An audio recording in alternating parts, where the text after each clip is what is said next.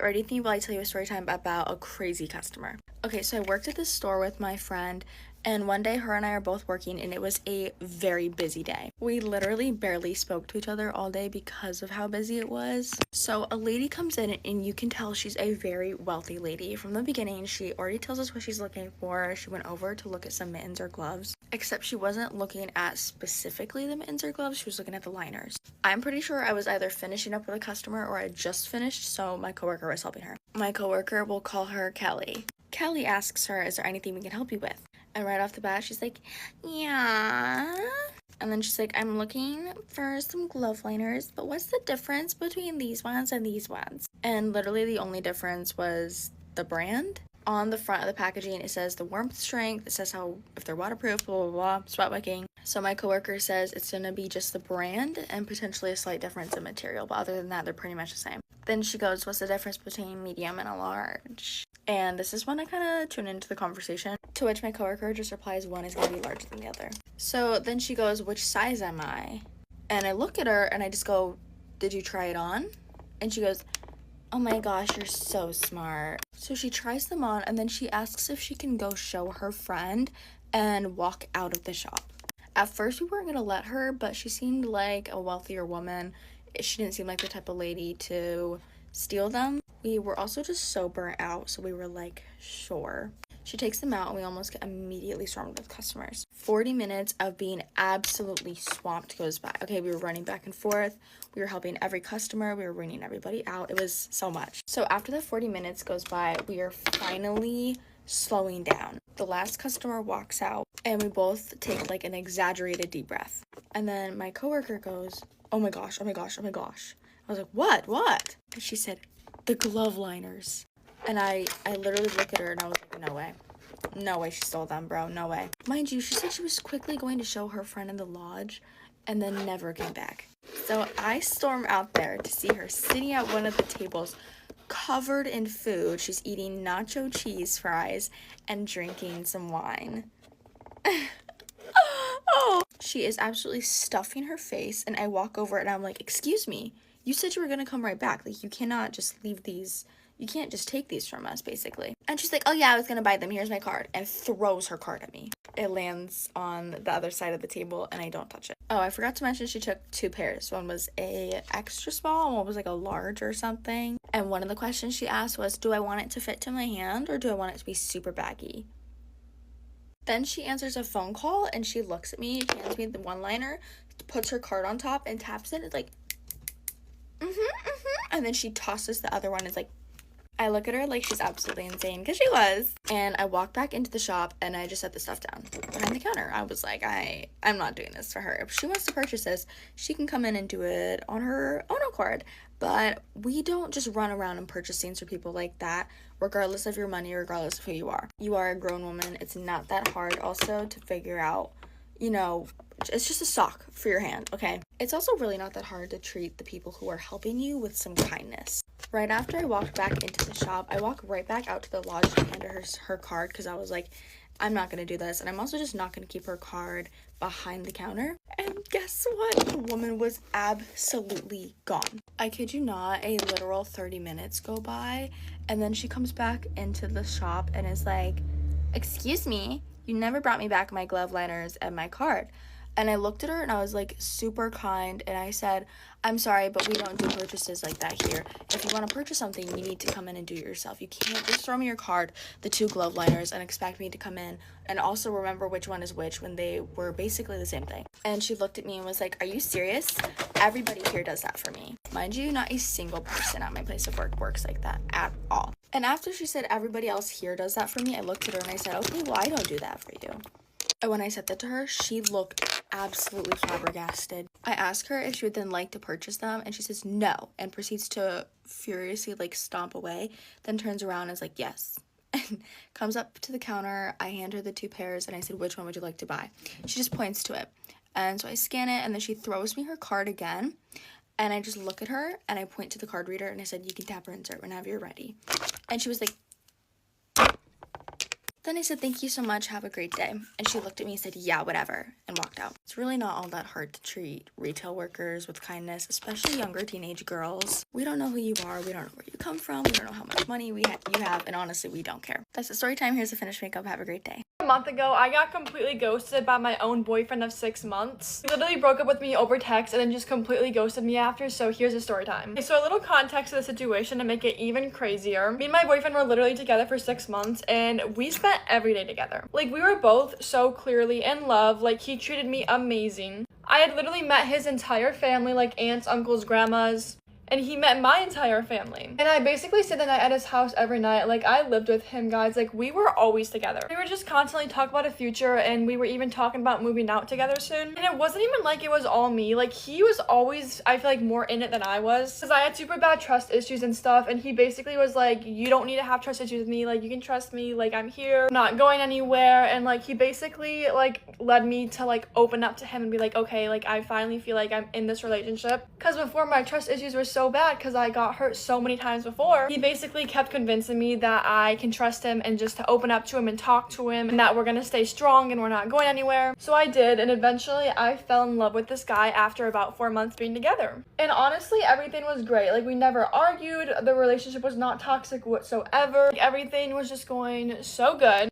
And then randomly one night, I received a long paragraph from him basically breaking up with me. To sum it up, he was basically like, I was thinking about a relationship recently and I don't see a future with you. Mind you, a week before he sent this message, he was begging me to move in with him because he was gonna get an apartment soon. He's like, I really want you to live with me. Like, we were just always talking about a future. And then a week later, he sent this paragraph and was basically like, I don't see a future with us. I feel like I never loved you and I never will. All of this stuff. And at first, I was like, it was so out of the random and so unbelievable that I thought he was like full on joking. Like, not even for a single second did my mind go to the place of, oh, he's actually breaking up with me. Like, when I say it was the most shocking thing ever, guys, like, I would have never seen it coming. I full on was like, you're like funny, but like at the same time, this is not funny. Like, you shouldn't joke about this. But then he turned his location off. I'm like, okay, that's doing a little too much. Then he took down all of our social media posts, and that's when I knew. I was just so like wanting to talk to him. I'm like, what the, like, I was like, what the hell is going on? Like, I don't understand. Called him, I texted him, he just completely ghosted me. Like, for I think it was like a full week. I like literally was calling and texting him so much, he just would not answer me on anything. So finally, through certain resources, I figured out his location and I just showed up to where he was. So I literally just showed up because I needed an explanation, guys. Like, you don't understand. Like, I lived with this man. Every day was spent with this man. I loved him. And I was just like, it doesn't make sense. Like, I was just so lost. I'm like, something is not adding up here. I literally go to the parking garage, and as soon as I see him, I just start sobbing. Like, I literally could not control myself. Like, I just start crying. Just like, you literally need to come talk to me right now and explain what the hell is going on. Start talking, and he basically just goes on to say the same things. Like, I never saw a future with you. And I was like, what the fuck are you talking about? You were literally, all you could talk about before was our future and how you liked me so much. And he literally did not know what to say to that. He's like, I'm sorry, like, I don't really know what to say to that. Like, I don't see a future with us. So then he's still like going on, and I just interrupted him and I'm like, you're fucking pathetic. And I just got up and I left. And then about like a day later, his ex before me texted me and was basically like, hey, I just want to let you know, like, he was trying to hook up with me, and he called me and told me that every time y'all were doing stuff, he was thinking about me in his head. And she was like saying this in a friendly way because she was like already talking to someone else, and he was trying to run it back with her like after me. And she had also told me that earlier on in a relationship, he also tried to hook up with her while we were together in the beginning of the relationship. Apparently the entire time, like, he loved her or something. And so then once he broke up with me, he went on and tried to like shoot his shot with her and basically told her that he loved her the entire time we were together and that he only ever wanted her. And then he tried to use me as a distraction.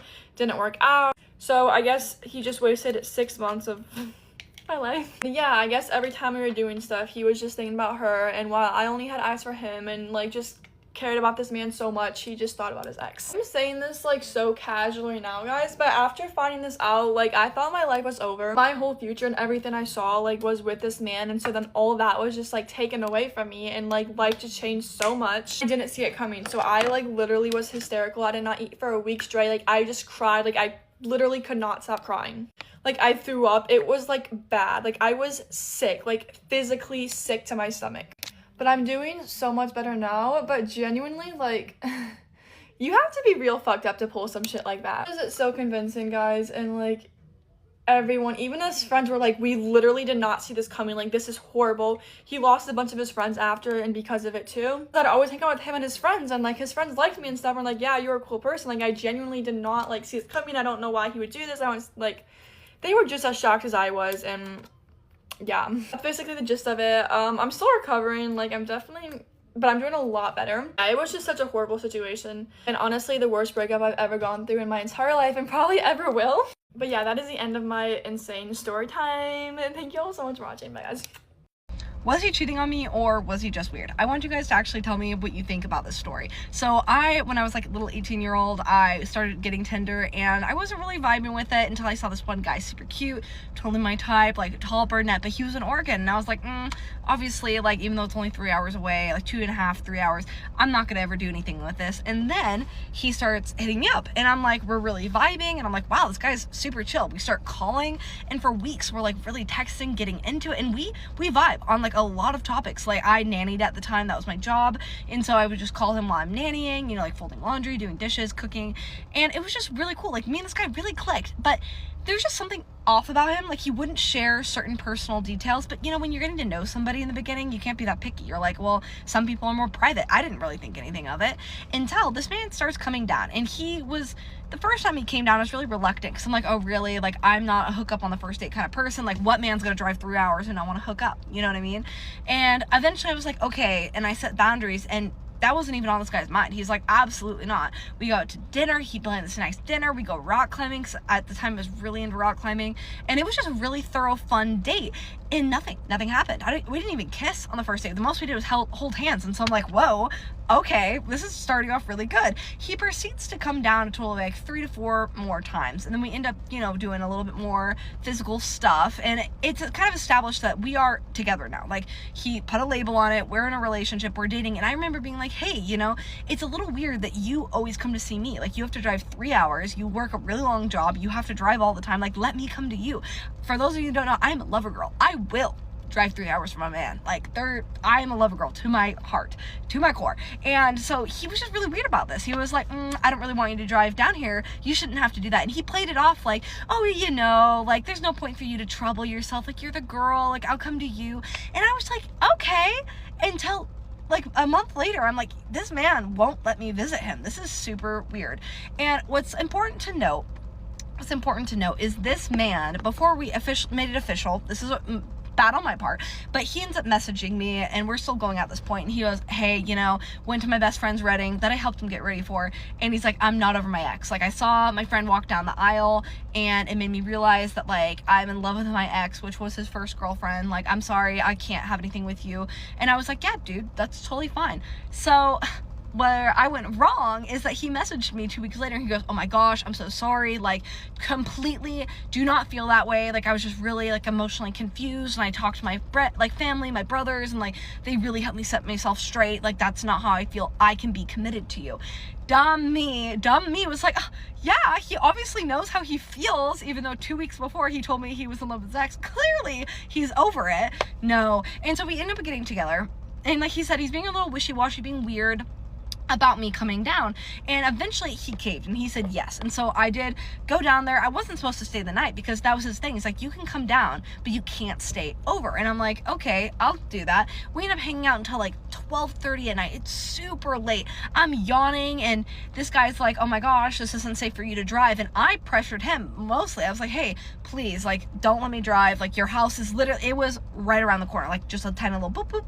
And I'm like, can we please just like stay at your place, get an Airbnb? Like, we're talking about all these options, Airbnb, hotel, but not his house. And I'm like, that's fine, but it's your house. Why can't we stay at your house?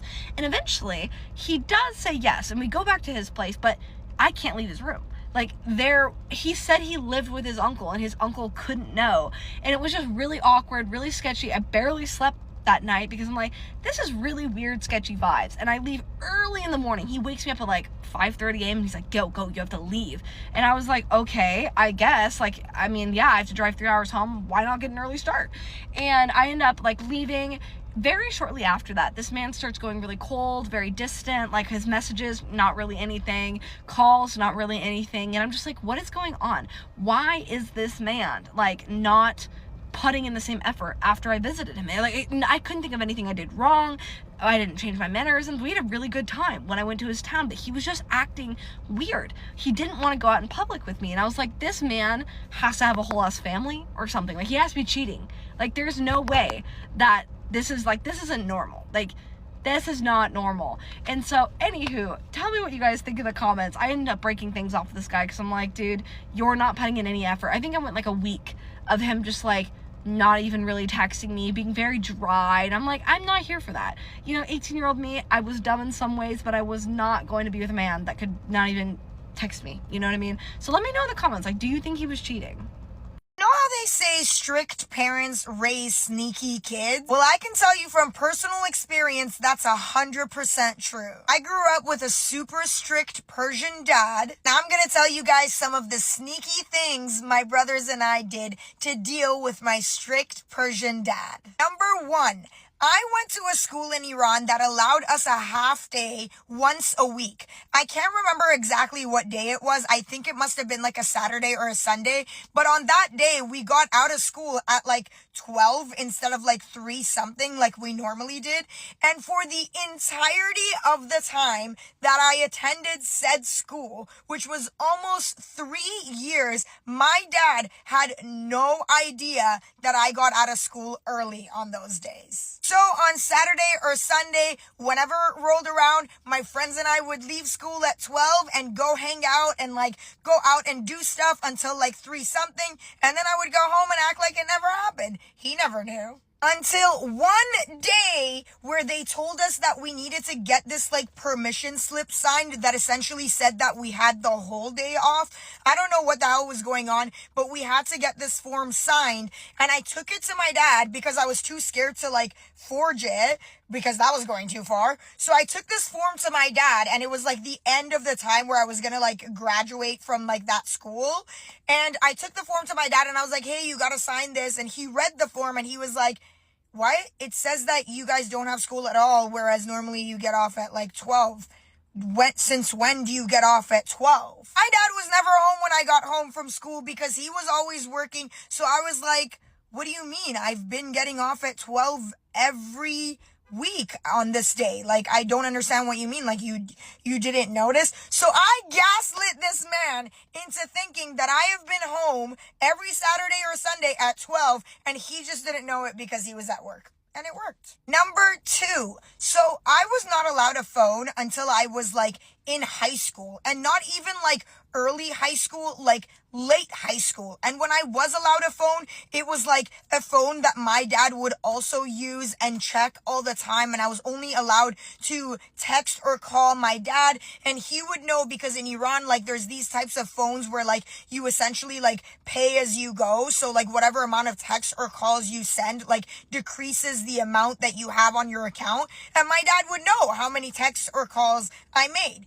So before I got a phone and before I was able to text or call anybody, I had my own phone. This man just had no idea. And the way that I did this is that I went to school, I gave some money to my friend, and I said, hey, go get me the cheapest phone you can find, and also get me one of these like SIM cards that are like pay as you go. She was like, all right, bet. So she went and got me a phone and a SIM card. She brought it to school for me every single day. I used it during the school day to text and call whoever I wanted to. And then at the end of the day, I would either give it to the same friend and say, bring it back for me tomorrow, or I would take it home, take the SIM card out, take the phone out, because I was so shit scared that it would ring or vibrate or something. So I would take the SIM card out and the phone, and I would hide them in 2 different places so that if my dad did find said SIM card or said phone, it wouldn't, like, I would be like, oh yeah, it's my friend's SIM card. Oh yeah, it's my friend's phone, but it doesn't work. Like, it has no SIM card. It has no phone. So I did that essentially for the entirety of the duration that my dad did not get me a phone until high school when he got me a phone. And let me like use it properly. So even at the time when he wasn't letting me use it properly, I was still using my second phone. Number 3, the good thing about my dad was that he always came home at the same time every single day. And unfortunately for him, I knew what time that was. So I would get home from school, I would go upstairs, I would call my dad, and I would say, hey, I'm home, like, I'm just gonna go take a nap or like go do my homework or whatever. He'd be like, all right, cool, like, see you later. From the time when I got home till the time where my dad got home, it was about like 2-3 hours. For the duration of these 2-3 hours, I would go to the park across from my home that had a bench that directly overlooked the parking lot of my home. And as soon as I saw my dad's car rolling into the parking lot, I would say deuces to my friends, and I would run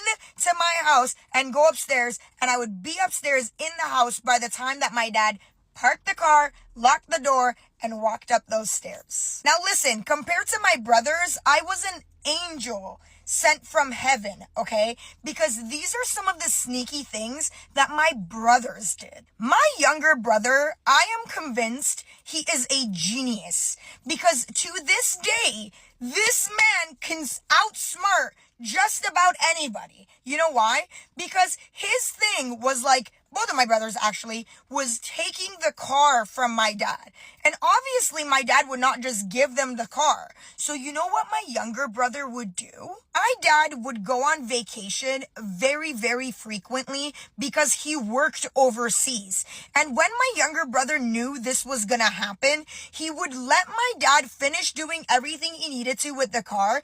And when my dad came upstairs with the keys, this man would trade the keys, the real keys to the car, with a fake set of keys that he got made with the exact same weights and look as the original keys. He would swap them. My dad would put the car keys in his safe that he locked in his room, thinking they're the real keys, and then he would go on vacation, and for the entirety of the time he was on vacation, my brother would have the keys to the car and just drive everybody around. Another genius thing my younger brother did is my dad would remove, like when he knew we were coming home from school and that we had homework, which was like every day he would assume we have homework for like a few hours after school at least, he would remove, if you're from Iran, you know what I'm talking about. It's like not the satellite dish, but like the satellite like modem. He would like remove it, take it to his room, put it in his safe and lock it, and then when he came home, he would connect it again so that we could watch TV, because then he could monitor if we did our homework or not. My brother figured out how to get in his room and in his safe like later on, and what he would do is he would put the keys in the door when we got home, like from like he would like leave the keys in the door from the other side, from inside the house. So when my dad got home, he would put his keys in and he would be struggling to open the door because there's already keys in the door. We would hear this. My brother would unplug the modem, run into my dad's room, put it in his room, come back, remove the key, open the door, and be like, oh, sorry, like we were doing homework, the keys are in the door, like, and my dad would be like, stop doing that. And then we do it every single day. I was thinking about some of the sneaky things my older brother did so I can share them with you. But honestly, now that I'm thinking about it, my older brother never tried to like outsmart my dad or like be sneaky. He would just blatantly do whatever the fuck he wanted to do and then deal with the consequences. Like if my older brother wanted to steal the car, he would just steal the car when my dad was sleeping, disappear for 3 days and go on like a road trip with his friends, come back and be like, okay, like, what's my punishment? Like, this man, like, honestly, was just so ballsy that it wasn't even sneaky anymore. So to all the people who commented under my strict Persian dad video saying that strict parents raise sneaky kids, you are 100% correct. My strict Persian dad did raise sneaky Persian kids, but you know what? We had the best childhood you can ever imagine, and we laugh about it to this day. So until next time, I love you guys. Keep being sneaky. Bye. My husband was on another date with a different girl when I met him for the first time. So I moved to Texas from Las Vegas back in January of 2022 on a whim. I moved in with my biological dad, who I hadn't seen in 12 years, and didn't tell any of my family in Vegas.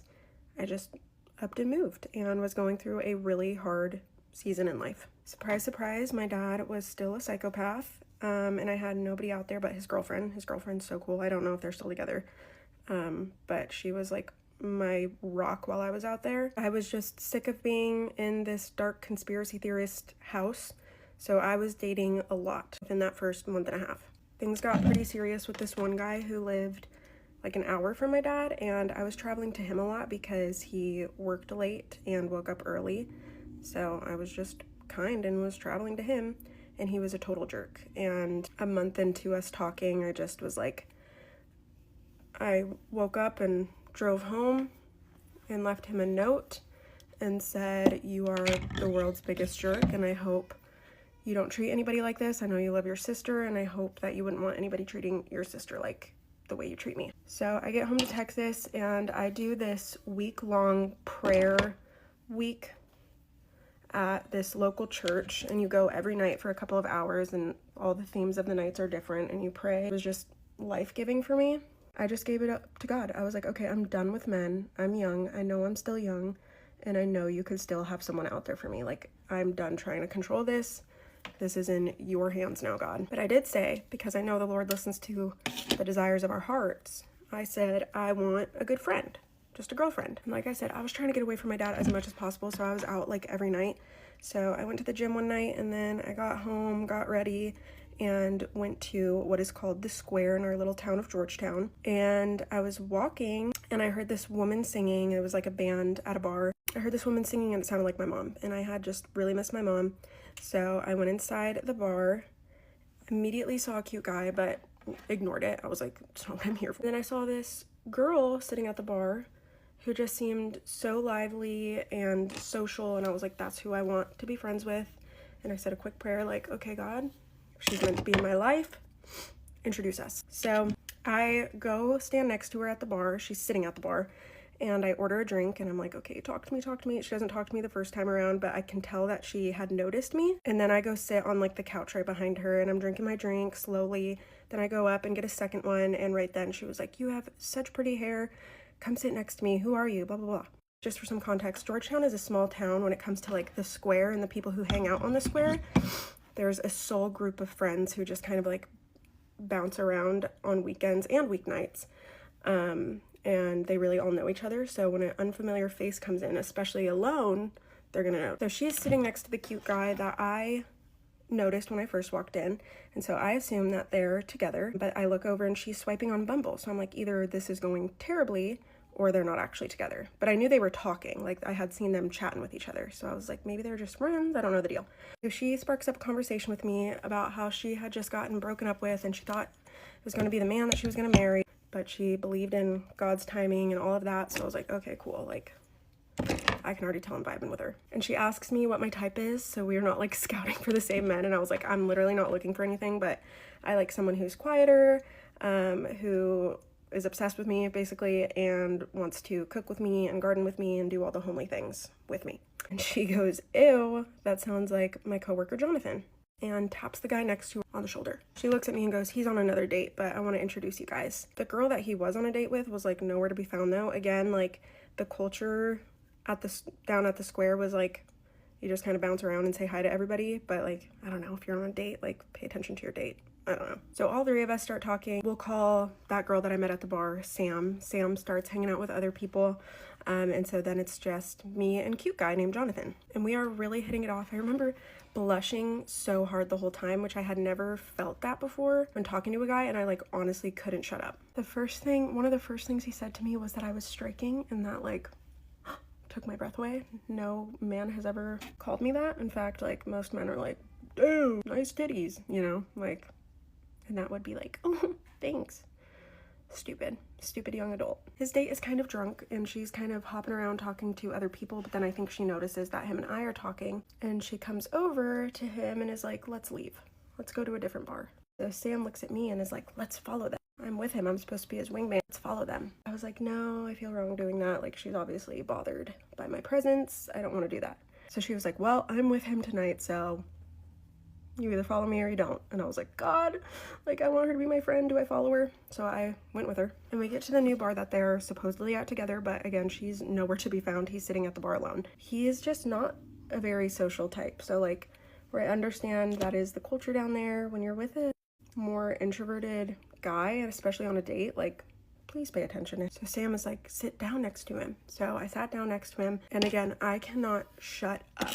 I am just talking this man's ear off. And historically, I have been known to try to play it coy and cool and just totally not be myself, but instantly with him, I just was so comfortable and, like I said, infatuated. So we don't see his date essentially the rest of the night. He did make sure like she was okay and got home safely and all of that. But the three of us, Sam, Jonathan, and myself, talk for hours, and then we go and do karaoke because I got a few drinks in me. Jonathan was holding back on the drinks after the first bar, but I was yapping and having a good time, and we went and did karaoke. And after a few hours, I had sobered up a bit, so I was like, okay, I should probably get home. And I asked him to drive me to my car because it was like a little bit of a walk. And then once I got in the car, I was like, you know what? Like, I don't know if you have time. And he totally didn't. He had work the next day. Would you mind showing me around Georgetown a little bit and like your stomping grounds? Because he was born and raised in Georgetown. So we drove for hours. We were out till 3 in the morning. I remember FaceTiming my best friend Michael in the woods while I was peeing because I had to go pee so bad, and telling him I just met the love of my life. And Michael was like, where are you? And I said I was in the woods peeing. So obviously he turned on notifications for my location. He was so scared for me. But the next day I tried to ghost Jonathan. He set up a date for the next day, and I was at the gym, and I just thought he was another guy that was like so nice in the beginning, and I was there for a friend. So I was ignoring his calls while I was at the gym. And then Sam called me, and I wanted to be friends with her, and so I was like, damn it, I already knew that he put her up to it. And she was like, hey, after you guys go on your date tonight, like, we should all get together again. So we ended up going on the date, and we haven't spent a day apart since. I fell in love within a week, we moved in within a month, and we were engaged within 6 months. And this February we will be married for 5 years? 4 years? 4 years. And next month we celebrate our little boy's 1-year birthday. Let go of the control. You can't control your path, whether you believe in God or the universe. Let it go. Things from my private Christian high school experience that I think would send other people into a coma. And for starters, I'm not just making up things or saying things to be mean. Like, it genuinely was hell on earth for me, and I know that's not the case for everyone, but it just wasn't the place that I was meant to be, and I ended up finding my place and people a lot later in my high school experience. I did theater, and after multiple years of complaining and stuff, I got the mom every single show that we did because I was told by my theater director that I had a mom bod. I don't think that's an appropriate thing to be telling anyone, let alone a 15-year-old that has been struggling with eating. I had really bad friends. It was hard to find people who were like supportive of everyone. I'm a Christian. I love Jesus. I love reading the Bible, going to church, doing devotionals, all that kind of stuff. But I believe that as a Christian, you need to love everyone. And it was very hard to find, in my opinion, a true Christian at my high school, someone who wouldn't say slurs, someone who wouldn't judge people, someone who would hate people just for their sexual orientation or the color of their skin. It was a lot, and it was really hard. And I've grown up and are best friends with a lot of people who would be unfortunately targeted by those girls. So it was really hard to try and find friends. So I was friends with a lot of bad people. I don't even know where I was going with that story, but like, they basically just let anything slide as long as you were paying to go to the school. We had this thing called a green pastures meeting where we would basically be like sat down and they would read Bible verses to us. If we got in trouble, we would be sat down and we would sit there and they would read Bible verses to us and tell us what we were doing wrong and how it like correlated to Bible verses. I had friends who were gay that would get called into those meetings and stuff just to have Bible verses read to them to not be gay. And let me tell you, we had a volleyball coach before I went to the school, but the summer in between my 8th grade and freshman year, so like going into this school, this whole school was under like a scandal because they fired a volleyball coach for being gay, and he went like all on the internet talking about it. I just want to come on here and explain myself because I feel like the way that I explained it while doing my makeup didn't make very much sense. They fired 2 coaches in one summer for being gay, I believe. One of them was a gay man and one of them was a lesbian woman. the gay volleyball coach posted him and his partner, just a picture literally during Pride Month being like, oh, I love him, like all this kind of stuff. And the school basically emailed him and was like, you can either denounce that you're gay or you don't get to come back. And he was like, well, I'm gay, I'm not gonna denounce that I'm gay. And they fired him, and he just like went all over the place. Like he went on the Ellen show, he went like very public online about it, posting, bashing this school, which rightfully so, because what is going on? So that's basically what that was. So there was like a planned walkout. I think it was literally like my first or second day of high school, and the only freshman, there were like 2 freshmen that did it. I was one of them, and I don't think I had ever been shunned by my English teacher more for wanting to walk out. There's a lot more. I just can't really remember.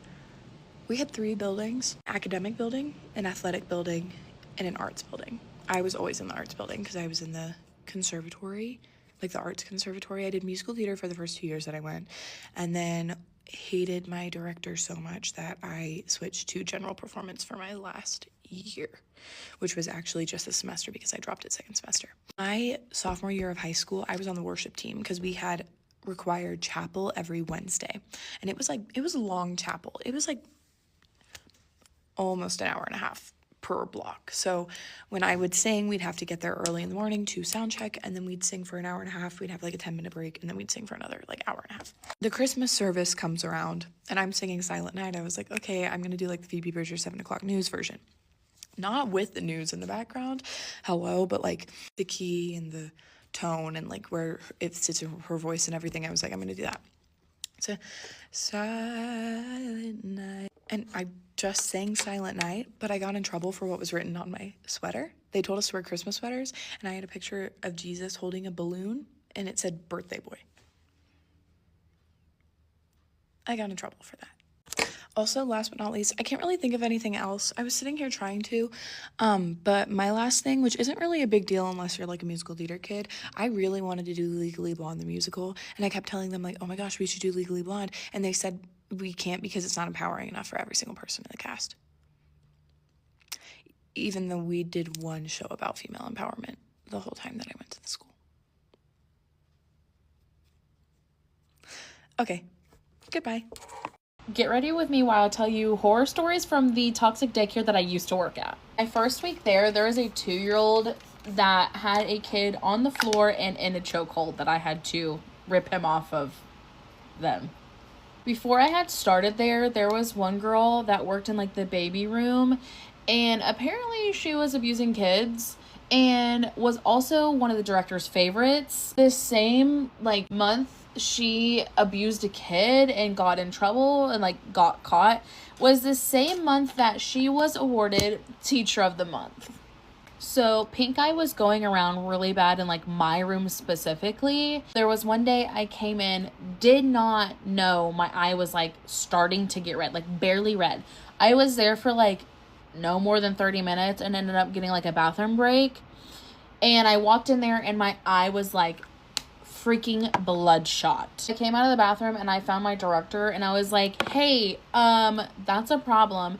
And she looks at me dead in the freaking eyes and goes, do you have pink eye drops at home? I said, yeah. She goes, well, go get them, put them in, and come back. We didn't get rid of pink eye in my room for like 2 freaking months. So back on the like director has favorites type thing, she recently had a birthday party and only 5 out of 20 teachers were invited. Salty, but I wouldn't have gone anyways.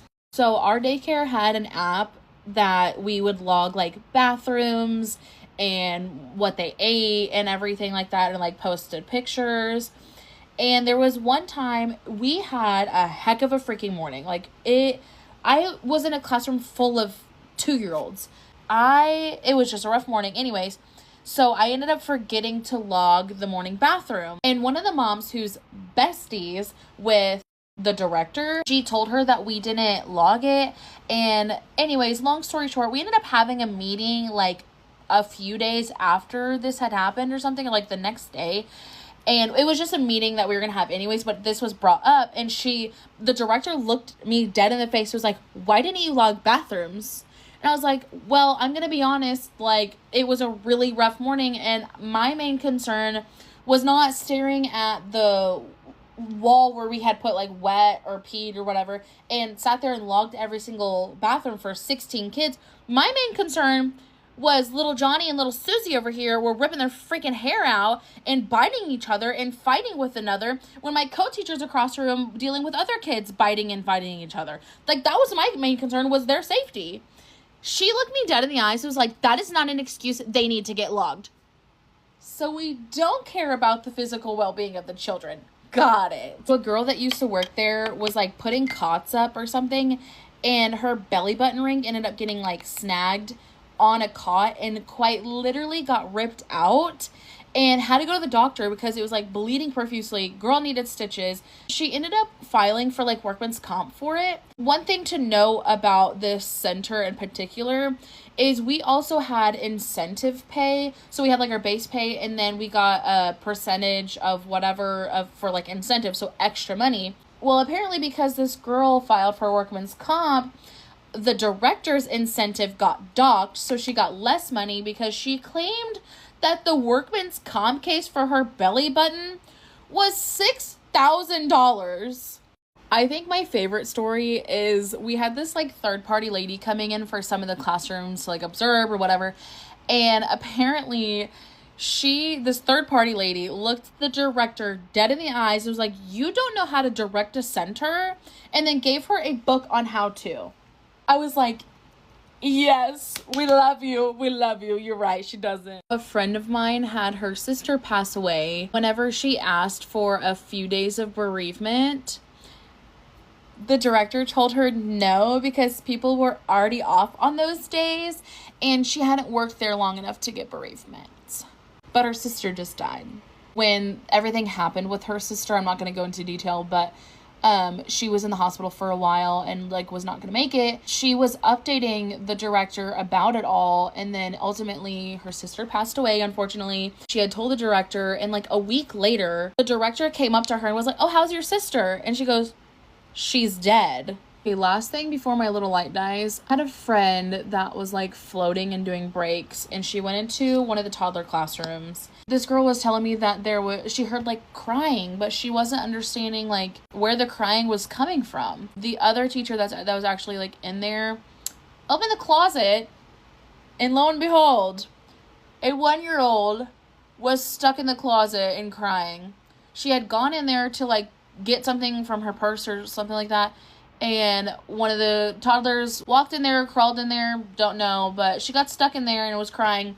And the cherry on top is the teacher had a meeting about it, didn't get in trouble, didn't get fired, and the parents of that child was never notified. That is all I have for you. If you want part 2, let me know. I could probably make this a 10-part series. Do my lashes with me while I tell you about a guy who blocked me because I confronted him about posting me without my consent. Okay, so 2 days ago, I was at work and a guy asked me where the big buzzballs were. So I took this guy to these big buzzballs. He compliments my hair. I tell him it's not natural because that's just what I do when people compliment my hair. So he pays for his buzzball, or buzzballs, the big ones, and then I go and put something away, and then I come back, and he's still there.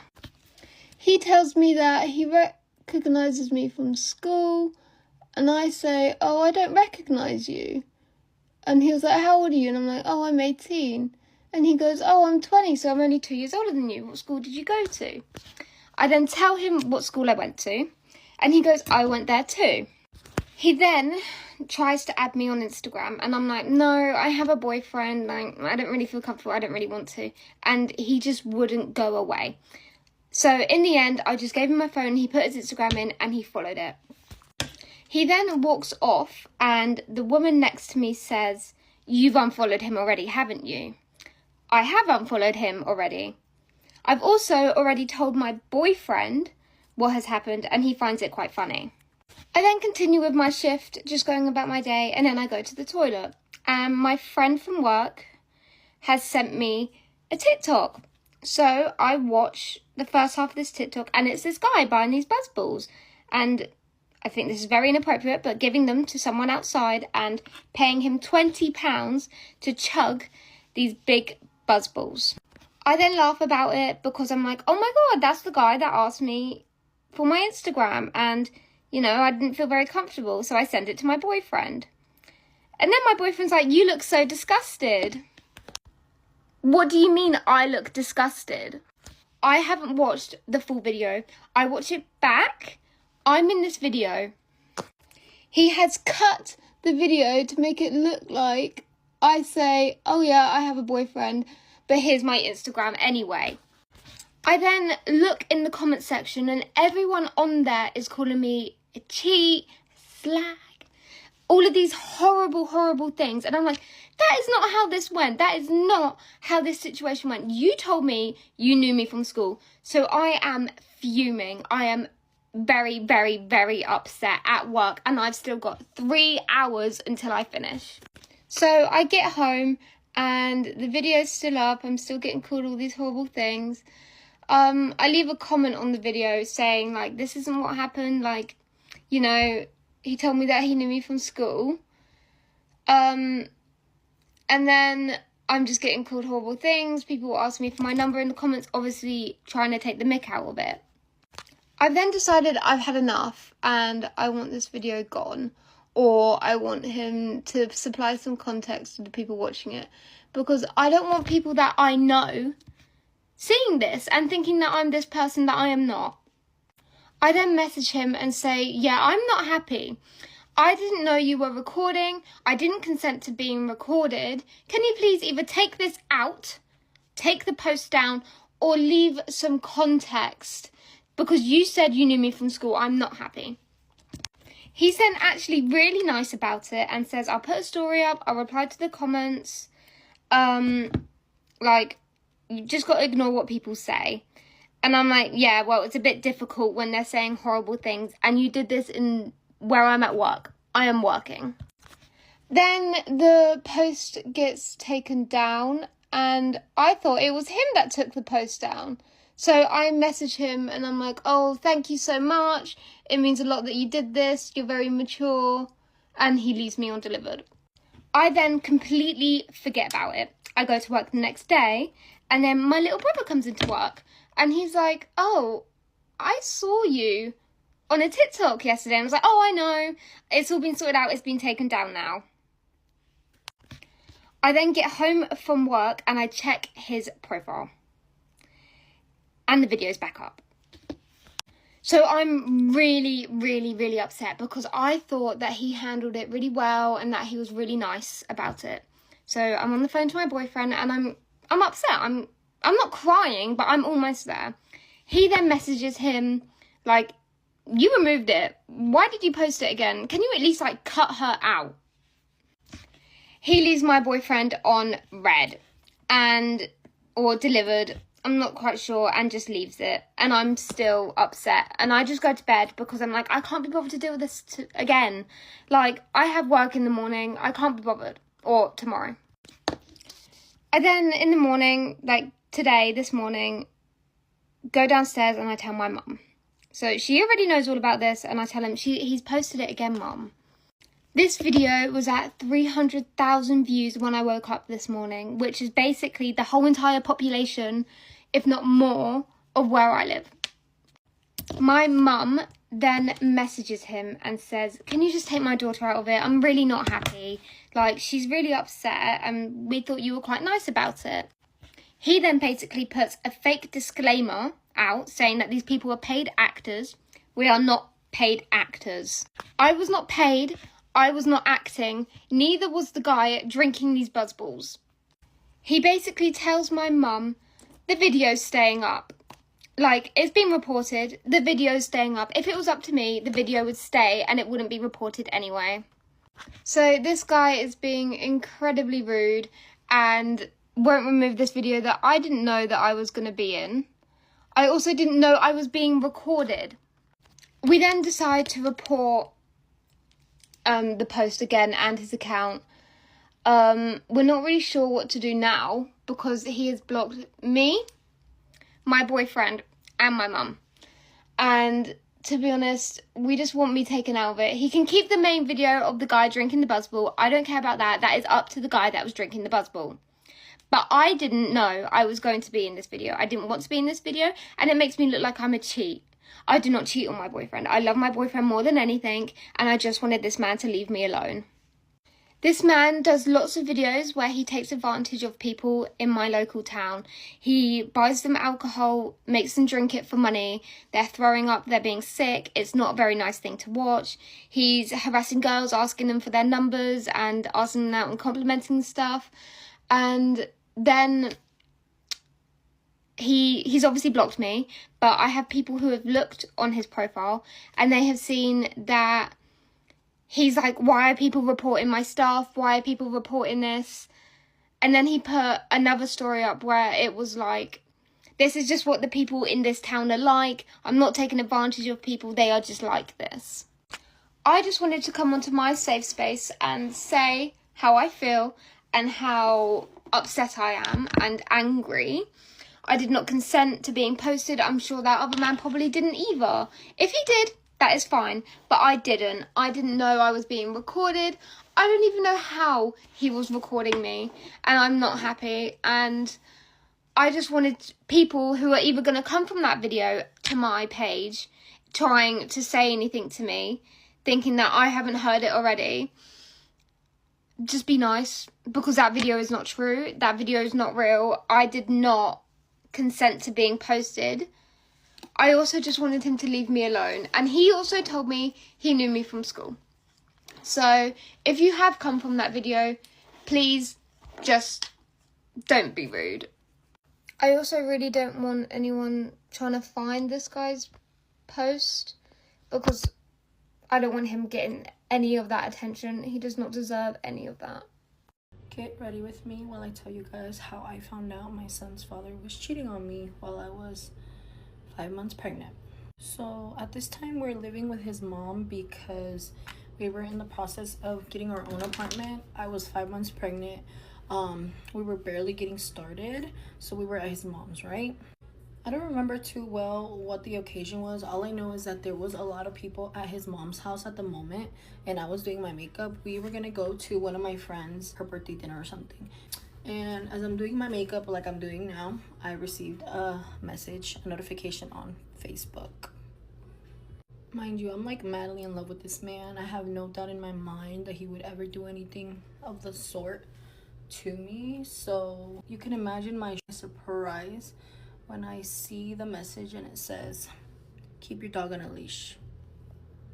I was confuzzled, and I open up the message and there's a whole bunch of screenshots, screen recordings, pictures of like messages, like pictures from a phone with messages on them, like, so he didn't know that he was getting like screenshotted, I guess. Incriminating evidence. Not incriminating, but cheating. At this point I'm pregnant, so I'm super hormonal, as you can imagine. I immediately sent him all the screenshots and all the messages, and at this point I'm like bawling, and I'm just like, how could you do this to me? Like, I'm carrying your child. And he was already off of work and he was on his way to his mom's to get me. I was supposed to be ready by the time he got there. He kept calling me and I kept declining. I was just crying. I was on the bathroom floor, I remember, and he made it there so fast. He told me that like he crashed, or like he hit his car a little bit on the way to his mom's from how fast he was going. So he gets there, and obviously I'm still like bawling. I'm like, how could you do this to me? I was completely heartbroken. And he was like, no, and I'm like, bro, like, there's no denying it. He's like, she's lying. All I know is that like he tried to, like, I don't know, but there was no denying it, right? Then he's all like, I'm so sorry, I fucked up. At this point, family like obviously heard the commotion, and like his mom is like knocking on the bathroom door because we were in the bathroom, and like, is everything okay? He just told his mom like, oh, I fucked up. And I was just crying, bawling, and then he was like, I'm gonna off myself. And at this point I know he had a his mom was like, I'm so sorry, like, I know what you're going through, like, I'm so sorry. Then his like uncles or whatever like talked him down, I guess. I don't know what the fuck was going on. I was in the room with his mom crying and he was outside like making a scene. After that, you would think that I would have left. No, I don't blame myself. I really don't. I was pregnant, so I'm not gonna be hard on my pregnant self, because all I was thinking about was like my family. Like, I want to save my family. That honestly wasn't even like the worst of it. It only got worse after that, because obviously I didn't trust him, but he was always trying to like buy my trust. He would just buy me gifts and spend a lot of money on me, and I was just like, it would be nice if you hadn't cheated on me. But no, we still stayed together after that, but he kept like doing shady shit. I'm sure he cheated on me a million times after that. I remember that his ex had messaged me too, like toward the end of our relationship. And she was like, that's why whenever you guys fight, he comes to me. And I'm just like, so you try to be the side bitch, but okay, to each their own. You guys, I remember that the whole relationship, I was just like a crazy person. Like, I could never sleep. Like, I was always thinking like, what is he doing behind my back? He really traumatized me. He made me feel like I was going crazy. Yeah, that was wild. Thankfully, I got out of there, but everything worked out the way it had to work out. And this is just your sign. If you think that you cannot get over your baby daddy, I promise you, you can. I'm living proof of that. I was like those dumb bitches that like, I could never live without him. Like, my child, what is my son gonna do without his father? His father's still in his life, but he's just not in mine. It's definitely not easy to be a single mom, but it's worth it. And you don't have to be bitter, a crazy baby mama. Just let things happen on their own, and I promise everything will fall into place and you will be happy again. Just a little advice. If you think that being bitter and holding your kids against your kid's father, that's only gonna hurt your child. That's not gonna hurt the baby daddy. They don't give a fuck. Them seeing their parents not getting along, their mom being bitter, that's not gonna do any good to my child. Why would I want to put that on my child? That's not his fault that his dad's an asshole. And I learned that very early on, honestly. I am a dream baby mama. I don't get on his nerves. I only communicate with him because of my child. I have no idea what's going on in his life. I don't care to know. And that's how I like to keep it. And you guys should do the same. I'll never regret meeting that man or going through what I went through, because I'm now where I am because of it. And I am the happy mother of a beautiful baby boy. And he is happy, healthy. Now, don't get me wrong. If you get the chance to pop him right in his fucking mouth, do it. But then move on with your life. Anyways, that's all for today. Let me know if you guys want to hear more crazy stories. Have a good day. Bye. When I was really young, I got away with a lie and became a liar. So this is a story time of the lie that I told that made me think that lying was okay because I was able to get away with it. Disclaimer, the truth has come to light. The truth will always come to light and set you free, okay? So when I was in the second grade, I had a friend. His name was Brandon. Shout out to Brandon. When we were in the second grade, he used to boast about how his parents were going to give him all this money for the book fair. I have a single mom. I'm the youngest of 4. Like, it wasn't happening. Little old me wanted them little smelly pencils and the cute erasers and stuff. I didn't even really want a book. I wanted some stuff, though. I was talking to Brandon, and he was, talking about all this money he was going to get. And I was like, oh, me too. And he was like, oh, we'll see. I was trying to figure out a way to either make some money, find some money. I was trying to find some money. Mind you, I'm 7, 8 maybe. 8. My brother's birthday had just passed, and I knew that he just got money for his birthday. So the day before the book fair, I decided I was gonna go look for his wallet in his room, and I found it. In his wallet, I found $100. So I snatched the whole wallet. I took the entire wallet to school. I come home from school with posters, pencils, pencil pouches, all the stuff, right? And my mom's like, how did you get any of that stuff? I literally lied and told her that I won a raffle. And at the time, my mom believed me because a lot of supernatural things were happening to me. So she believed it. She was like, oh my God, like my baby is just the most blessed baby alive. But next thing you know, my mom comes in the room and she's like, get up. We got to look for Savvy's wallet. All hands on deck. We got to look for his wallet. I don't know where it's at. We need to find it now. Yeah, I knew exactly where his wallet was. It was in my backpack. But my brother was like losing it because he lost his wallet. And I remember like my grandma and my mom scolding him about how irresponsible he was. I'm so sorry, Savvy. I'm so sorry. I remember they were talking about his irresponsibility, how he needs to keep better care of his stuff, right? I'm helping them look toxic. And at some point, I threw the wallet behind an old bookshelf that was in our garage because we didn't go in our garage. Our garage was merely storage, but it was packed to the brim. So I knew nobody was going to go behind that bookshelf until my mom met a man. He became my stepdad. They got married. He moved into my house and he wanted to deck out the garage and turn it into a man cave. So my brother just so happens to be the one to move the bookshelf and finds his wallet behind the bookshelf. Now, what was crazy was I decided in my little heart at 8 that I was going to tell him when I was 18. Like that was going to be the time where I could come clean about the fact that I was the one who stole his wallet. Now the wallet's out and it only got a $20 bill in it. Yes, I left $20 in the wallet. So my brother comes in, he's like, hey, look, the wallet has $20. And I look at my sister because I had told her like maybe 2 years before he found his wallet, I had told her that I was the one who stole it and she couldn't say nothing. She looked at me and she laughed so hard. And then she looked at him and she was like, you finna tell him? So when I was 16 instead of 18, I told my brother that I stole his wallet. But because of that, from age 8 to 16, I lied about just about anything.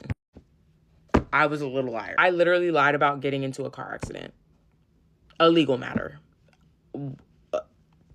I say all of this to say, just because you get away with a lie does not make lying okay. The truth will always come to light and will always set you free. Choose the truth. Every time. Hi guys. You have probably heard of the trend that's like, things my boyfriend did and I still stayed, or things my girlfriend did and I still stayed. I'm gonna do things my manager did and I still stayed. Yes, I have a full front and back list that I'm gonna be reading off of. I'm also gonna be curling my hair while I tell you these things. Ignore that there's like burnt hairspray on it. I'm getting a new one in a few weeks, so. I already have heat protectant in. Don't come for me, please. For context, I got this job whenever I was like 14 or 15, and it was this tiny little like dessert shop inside of a convenience store. Starting off strong, she didn't hire someone once because they were gay. She was homophobic. I'm pretty sure also it's illegal to not hire somebody because of that. Like that's discrimination. Number 2 is she was racist. I knew her son and he was telling me that she said if he ever came home with a black girl that he would be kicked out of the house. So she was racist and homophobic. Number 3 is she would hide food for herself to eat and take. For example, if somebody got like a large ice cream, she would give them like a medium and a half, and she would keep the extra that she took away from it in a bowl to eat for herself. Guys, I missed a piece. It's okay, I don't care. Okay, next is if she would be working with another manager and the other manager like was that manager on shift, she would act like she was the manager even though she wasn't. Like I would go up to this girl and be like, hey, what do I need to do? The lady who I'm talking about would be like, you can start by doing this, even though she wasn't the manager on that shift. One time somebody called the store and I answered and I was like, hi, how can I help you today? And she was complaining about my manager. I guess the customer had like a poor experience and my manager like yelled at her and told her to leave. I'm gonna refer to this woman as Julie, even though that's not her name. I just need to like refer to her as something other than my manager because I'm getting confused. She would make up random rules that weren't true. And I asked one of my other managers, Layla, and Layla was like, yeah, no, that is completely false. I don't know why Julie told you all that. For example, Julie started putting bleach into like the wash buckets, and wash buckets are just supposed to have like dish soap or like dish detergent. If you work in food service, you know. And I asked Layla, I was like, I don't think bleach is what we're supposed to put in here. And Layla was like, yeah, no, we're not supposed to put bleach in there. That's like highly dangerous. The next day when I asked Julie about it, she was like, no, it's bleach. I know because I'm right and I'm an adult. Which is crazy, because you're also racist and homophobic, so I don't want to listen to anything you say. Okay, this one's a little bit of a longer story, but I don't work at this place anymore, so I think I'm allowed to say this. One time, there was a mouse in the bathroom. So before I left for the night, I put a little trap in the bathroom. That way, the mouse would get caught and we could let it go outside. And I put a little note out for like the opening shift the next day, and it was something along the lines of like, hey, there's a mouse trap in the bathroom, please take it out of the bathroom so customers don't see it, and if there's a mouse in it, please discard of it like outside, like let it go outside. And then she called the owner complaining that we left a mouse there for her to let go. She was saying that we left it there overnight and that we couldn't take it out because we were too scared. No, obviously the note said that we left the trap there, not the mouse there. It's very easy to know what I meant. She would yell at us all the time and tell us not to be on our phones, and then she would be on her phone the whole shift. And then she would just use the excuse of like, oh, well, I have a husband and kids, so I need to be on my phone. But like, she should have just not gotten that job if she had a husband and kids, because if she's gonna be on her phone all the time and tell us to be on our phone all the time, plus everything else she's done, I think it'd just be better if she was like a stay-at-home mom, to be honest. This one isn't like something that she did, but her manager really wanted to fire her, but she couldn't because there was not enough managers working there at the time, and if she would have gotten fired, then the business would have probably not gone very well. She did get fired in the end though, so this does have a happy ending, but not till after I left, of course. Her son worked there at one point, and they would get into like open arguments, just like in public view for customers to see. Anyways, my curls aren't brushed out yet, so ignore the state of them right now. But that's it for the video today. She didn't get fired, so there's the ending, the happy ending. But yeah, thanks for watching, and do svidaniya, Prusya. Okay, hi guys. So my roommate is in the room right now, so I thought this would be like the perfect time to like make a video basically addressing all the comments on the video. First, and excuse my hair, it was really hot today, so it's like all wavy. So first, I'm going to like to basically say what happened. So yesterday, this happened on Sunday, right? So there was no class or anything. So I had a party I was going to, a pool party that the like head of my major was throwing to like meet everyone to hang out. So I was going to that.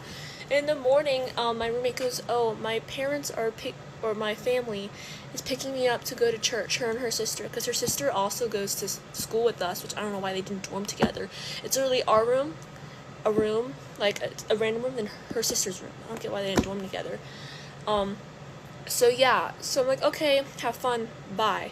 And so she left and said she wouldn't be back till later in the evening. This is important. So the party starts at 1, I get dressed, I go, it's like 30 minutes away, I stay for a couple hours, I come back, still no one's back, right? So it was a pool party, right? So naturally I want to take a shower before the rest of the day and change.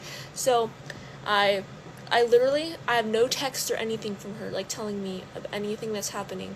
So I'm like, oh, they're still out. She said they wouldn't be back till later. This was like in the mid-afternoon, mind you. She said she wouldn't be back till later in the evening.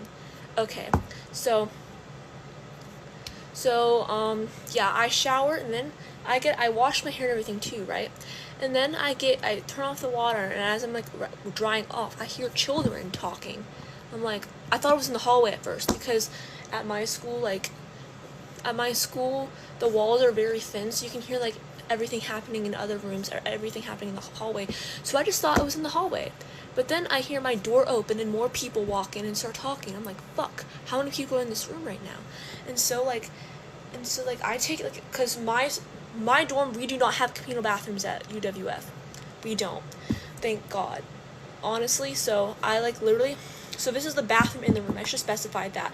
There are no communal bathrooms. The bathroom's in my room. So, yeah, I like crack open the door. Kid you not, there's fucking like all these people in my room. And I'm like, the fuck?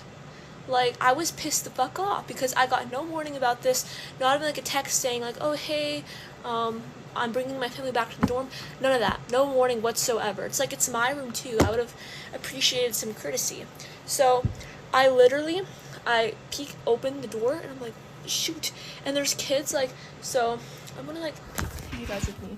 So wait, I have to flip the camera, hold on. This is my side of the room. It's a little messy. So I basically have this cart with like stuff on it. And yesterday I had it like here because I wasn't like in the dorm.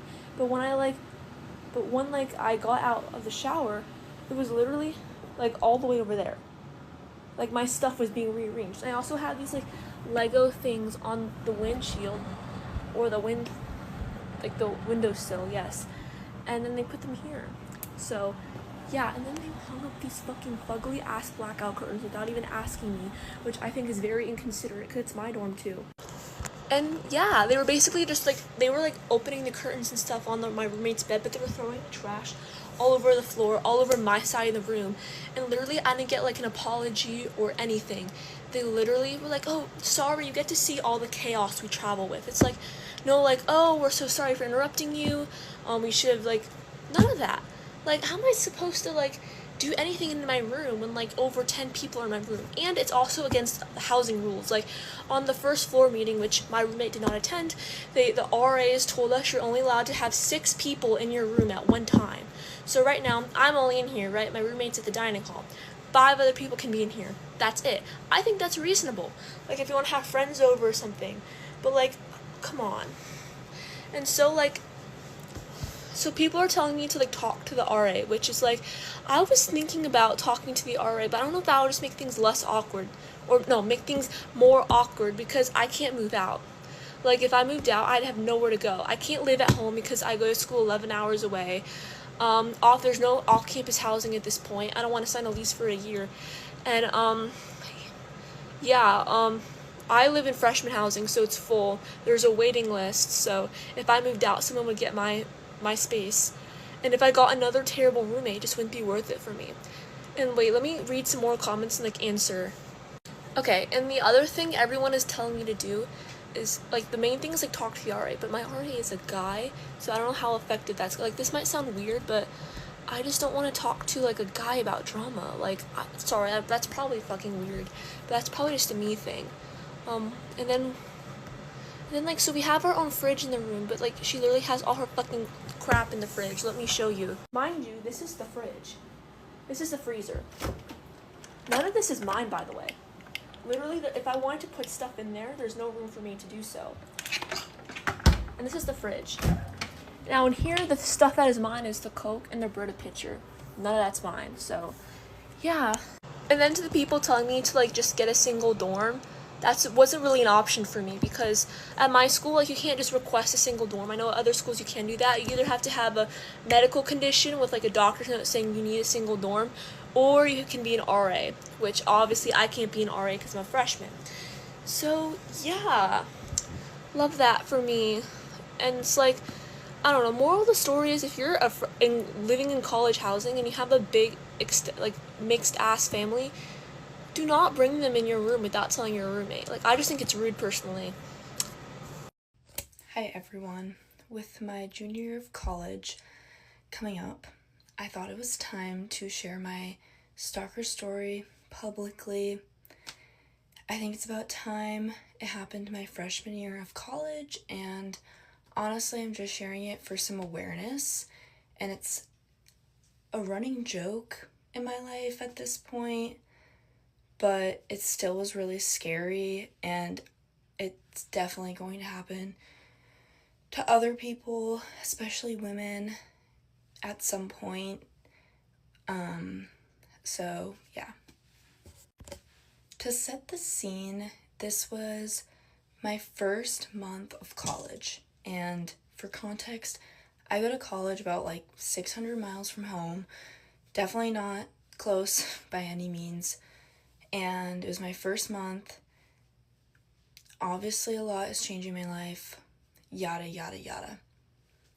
This was parents' weekend, but my family couldn't come visit me, so I spent the weekend visiting home. And to get home with no car, I had to Uber to the airport. And I called the Uber from my dorm and get in. I've been in Ubers alone before. I didn't feel like it was a problem. It was, I think, midday on a weekday. No concern in my mind. I get into this Tesla. The driver, upon first glance, is in a nice outfit. He was wearing like a button-up shirt and pants and a belt and had nice dress shoes on. And nothing crazy stood out to me originally. He helped me get my bag in the car, blah, blah, blah. But once the drive began, he asked like, oh, do you go here for school? And he's picking me up from my campus. I was not really thinking much of it. Looking back, it obviously would have changed some of the things I did. But, you know, I see the good in people, so I said yes. He asked, what's your major? I say architecture. Again, that's my major, and I'm not gonna lie, I don't know. And that fact sets him off on such a crazy tangent. And again, it wasn't very alarming. I've had Uber drivers who are talkative. I've had Uber drivers who aren't. But it's never weird. But he spent the car ride was like about 45 minutes. He spent the entire time talking about architecture, but specifically the design of elementary schools and how they affect kids growing up and learning and this, and that. Moral of the story, it was strange, and I remember not really responding, just being like, like headphones on my phone, and I even recorded the conversation and sent it to someone.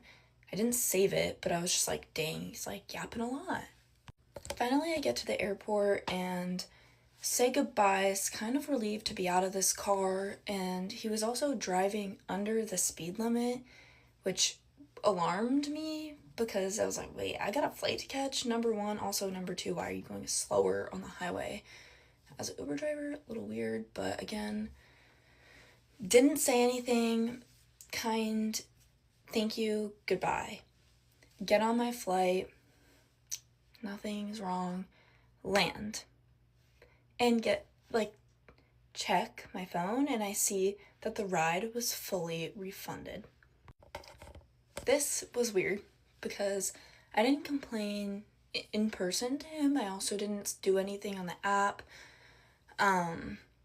So it's kind of like, that's really odd. And I screenshotted his profile just because it was weird to me.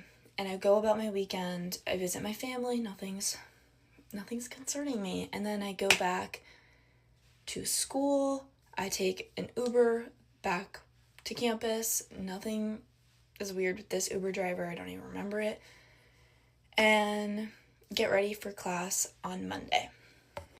Also, some context, the architecture program at my school is relatively small, and all the freshmen in the program take the same class.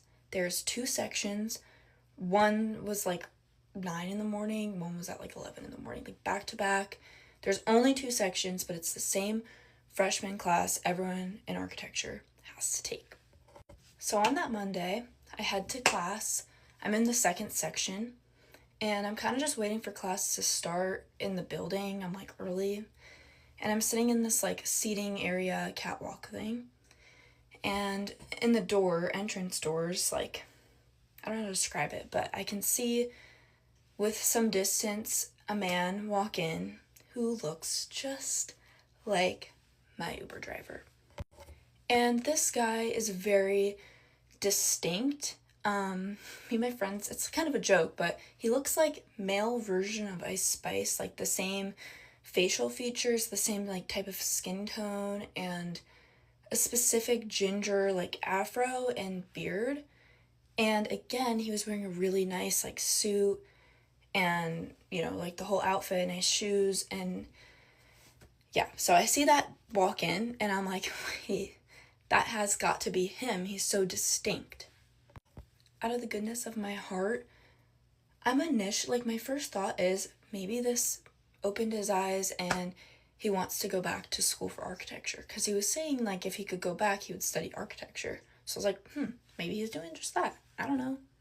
We also made eye contact and he didn't come over and I was kind of scared. And then when he walked away, I think he walked in a different direction. I kind of like beeline to the classroom so I wouldn't have to see him. That was the last I saw of him on Monday. And I tell my friends in the class, I'm like, that's odd. But again, nothing really happened, so we're all kind of hoping for the best in this situation. But then Wednesday comes along. I'm a little nervous going to class after the Monday incident, so I sit in a different area when I'm waiting for our class to start. And then I go upstairs to where I was on Monday, and I see this man sitting in the same exact seat, actually, that I was sitting in. And then I ran back downstairs, called my friends, I need you to walk me to class. They did. They formed a huddle, like I was like freaking president, Secret Service, like get me to class. And then we see him leave the building once our class starts. My friend takes a picture of him leaving the building and confirming, I'm like, that's for sure him, like no doubt in my mind. Then class is over and I notice in the window I see him walk back in. I make one of my friends go out into the hall and she is like, he's literally like standing right outside the door. Also, mind you, these classes are small, like maybe 30 people. It's not like a lecture hall or anything. And after that, I'm like, I'm not going out there. I'm not going out there. So I do the right thing and I tell my TA, who then is like, we're telling the professor. And then she tells our professor. He handled this situation truly so well, but he goes out and he's like, hey, like, how can I help you? And Uber driver is like, I want to talk to Carly. And he's like, no. My professor is like, that's not happening. Absolutely not. And then Uber driver is like, all right, well, can you give this to her? And in what he gives to my professor, I will tell you in the next part because this video is about to end. Okay, part 2. We left off my Uber driver giving my professor a gift, a package for me. My professor immediately comes back in the room. He tells the Uber driver, you need to leave right now. And then my professor comes back in and I'm with my 2 friends and he takes us into like the faculty conference room thing. In this moment, the worst thoughts are going through my brain. I am scared this is paraphernalia. I don't fucking know. Or like a bomb was like thought happening in my mind. Like what happens if I open this? But nevertheless, we opened it. And honestly, I think this is the best part of the story because in that package, lo and behold, it was a brand new iPad Pro, like the Apple keyboard, Apple Pencil, and then like merch and bags from my school, like from the bookstore. And I'm not an emotional person, do not show emotions, but that moment was genuinely like heart sunk to my stomach. Like, what the fuck is this? Yeah, it was definitely very, very, like, I don't have words to describe it. It's the weirdest feeling I've ever had. And again, I cannot emphasize how helpful my professor was. This was such a weird situation, I bet, for him. But he was insisting on calling the police to where we were to deal with the situation. I was so against it. I didn't want to talk to them, and I just didn't really want to accept that this was happening to me, for being honest. But eventually I said yes, probably the right decision to make, and the police came to assess, and I had to talk to them and explain, and I did remember a lot of details because it's so weird, but yeah, I gave them all my information and everything I knew, and that was kind of it for the day. But it doesn't end because this is Wednesday. We had class again on Friday, and I'm in a class. I had like math before my architecture class, and then I get an email. The whole class gets an email that our class that's happening in an hour is canceled, moved to Zoom. And my professor emails me and is like, this is a hard situation to be dealing with. You don't have to join, like, take a mental health day, which again, thankfully, so kind. But I joined the Zoom, go on with my life. I'm like, what's he dealing with? Like, why is class canceled? Whatever. And then I get a call later in the afternoon from the dean of the architecture school. And as a freshman in my first month of college, that is not a phone call I was excited for. Like, the dean of my school calling me. So, whatever. But she calls and she basically tells me that class was canceled because Uber driver came back to the architecture school and was looking for the professor that talked to him and me, saying he wanted to apologize and whatever else. But again, she is the one who told me this, and I feel like they probably didn't tell me the whole story, so they didn't scare me. I don't really know. That's all I know. Who knows what he said, who knows what happened, but that's context, and they called the police and escorted him off campus and whatnot. And while this was all happening, obviously my family, who are miles and miles away, are scared, are uncertain, and honestly, we weren't really getting much information from the police about this man. They did let me know, sorry, I have a hairbrush now. They did let me know that the Tesla he drove me in was a rental car, which maybe someone can fact check this, but I don't think that's allowed for Uber drivers to be driving a rental car. I don't know, maybe they made that up, but that doesn't seem right to me. And when you look up his name on public records, he does have background, or like his name comes up for I believe sexual assault or some assault, domestic, something along those lines. Honestly, it's been a while. And he went missing a few years before that, and apparently it was some mental crisis. Again, I'm not really sure. That's kind of what I found when I looked up his name, because they did find his full name.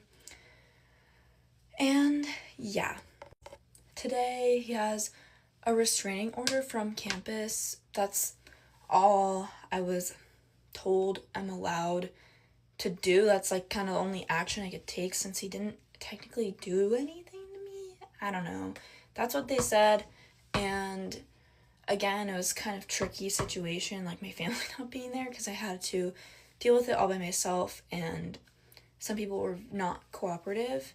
But I was escorted to class in a police car a couple of times, because obviously I was terrified to go anywhere alone, especially the architecture building, and unfortunately I still feel terrified to go there today. And this last semester of my sophomore year, another weird situation happened with me, and it kind of brought up the feelings that I had during this.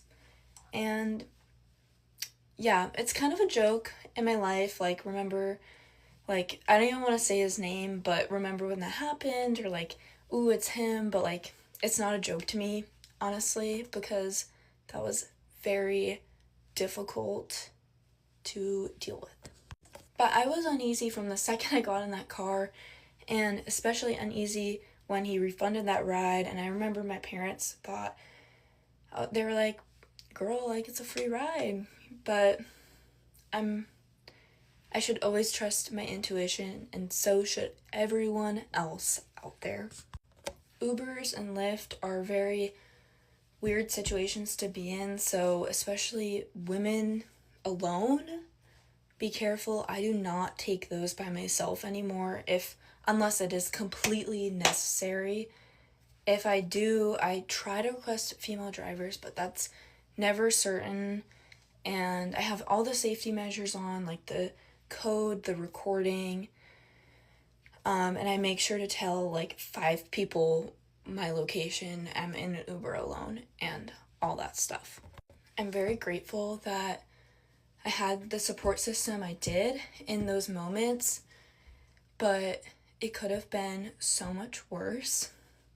And yeah, I'm very grateful it wasn't. I'm very grateful it was dealt with and I'm safe and okay, but it does take a toll on me. It takes a toll on my friends who were involved and my professor who got involved.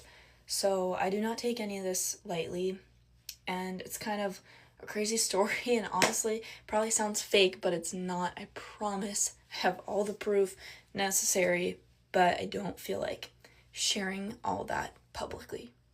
That's it though. Kind of just wanted to make this for awareness. Be safe in Ubers, be safe, females, alone, especially, and trust your gut, because Story time on how my friend was caught drunk, got drug tested, and was grounded, like, literally last month. Okay, guys, so basically, I have these friends, and we're gonna call them Peyton and Emma.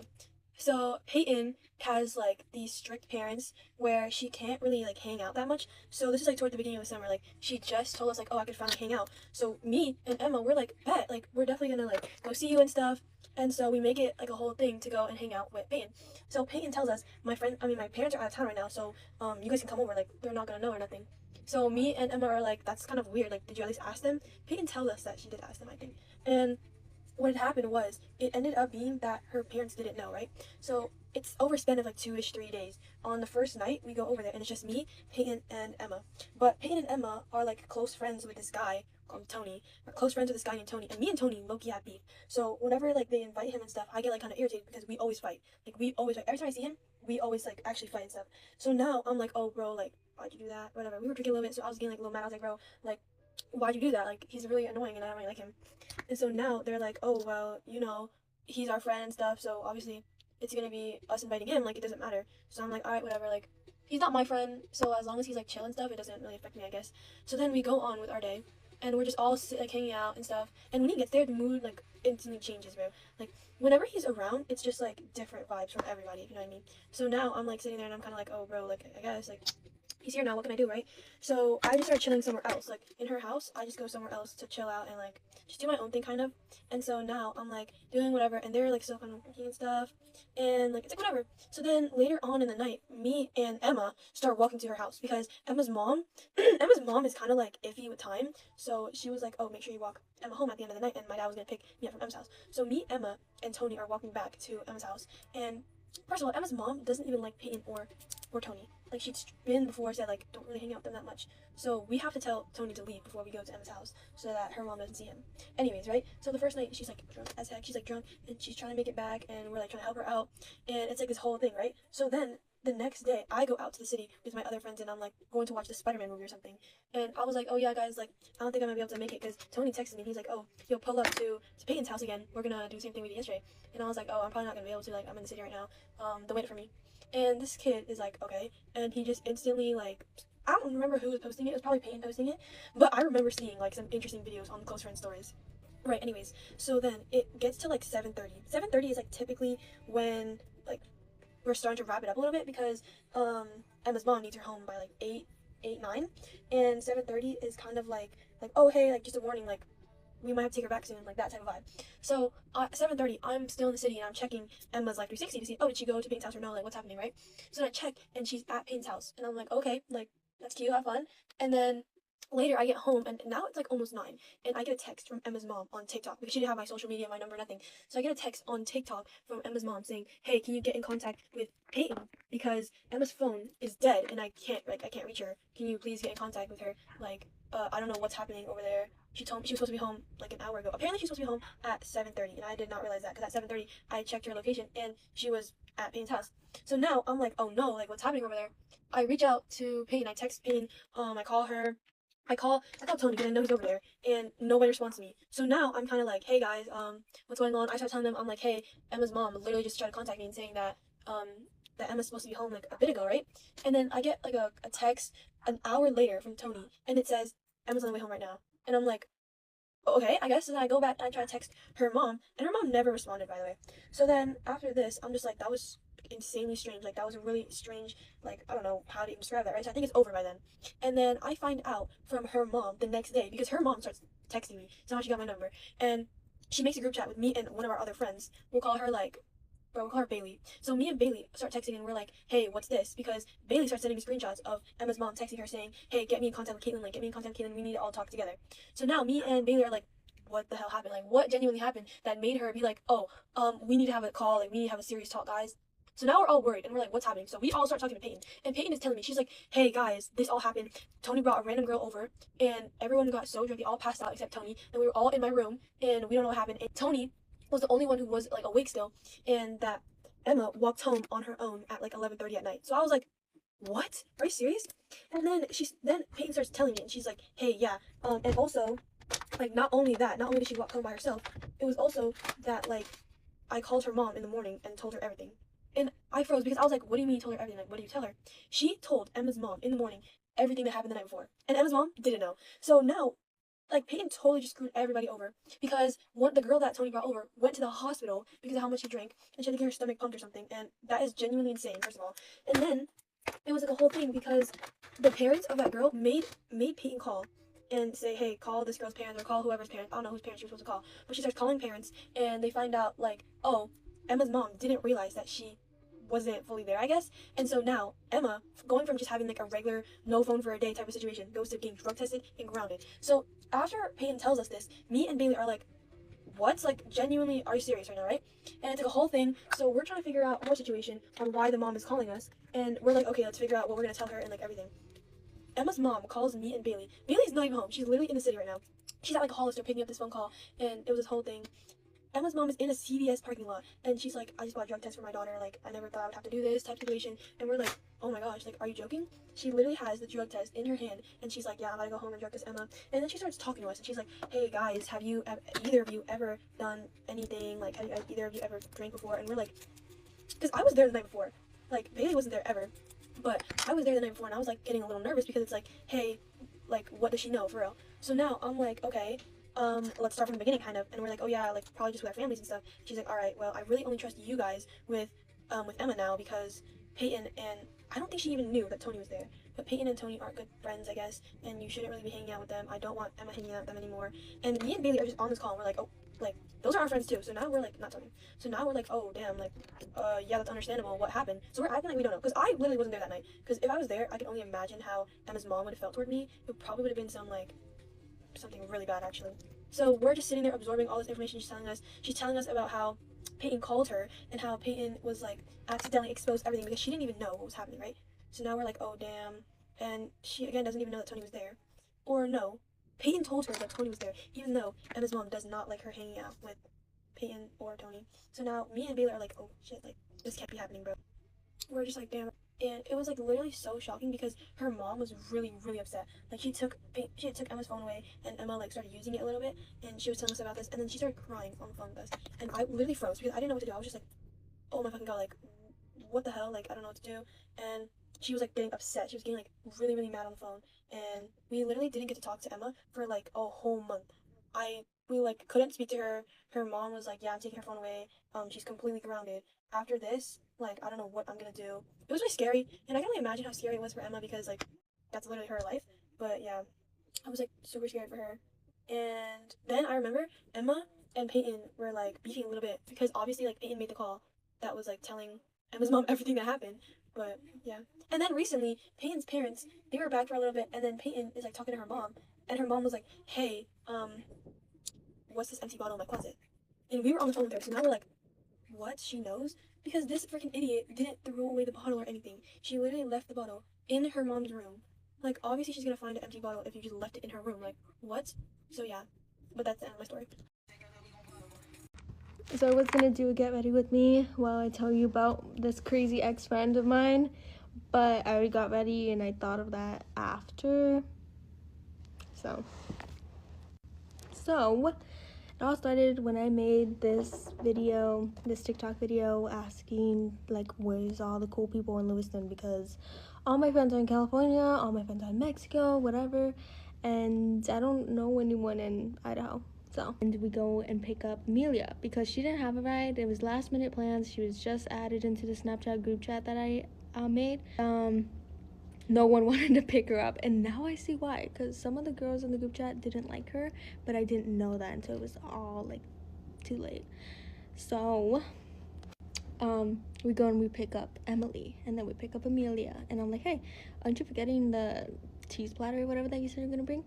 Because I didn't see her come in with it, so I was just making sure, because we forgot the snacks. So she goes back inside. Mind you, my boyfriend says that he saw her come in with a drink and a green vape. I didn't see her because I'm in the front seat and I'm like on my phone texting the group chat like, hey, we're all heading over to Hell's Gate. So she comes back and I don't know if she had the vape on her, but she was fiending for it 5 minutes into the drive. It's a 10-minute drive. And she's like, hey, have you guys seen my vape? I'm like, no. I'm in the front seat. Like, no, obviously I didn't see your vape. And no one has seen it.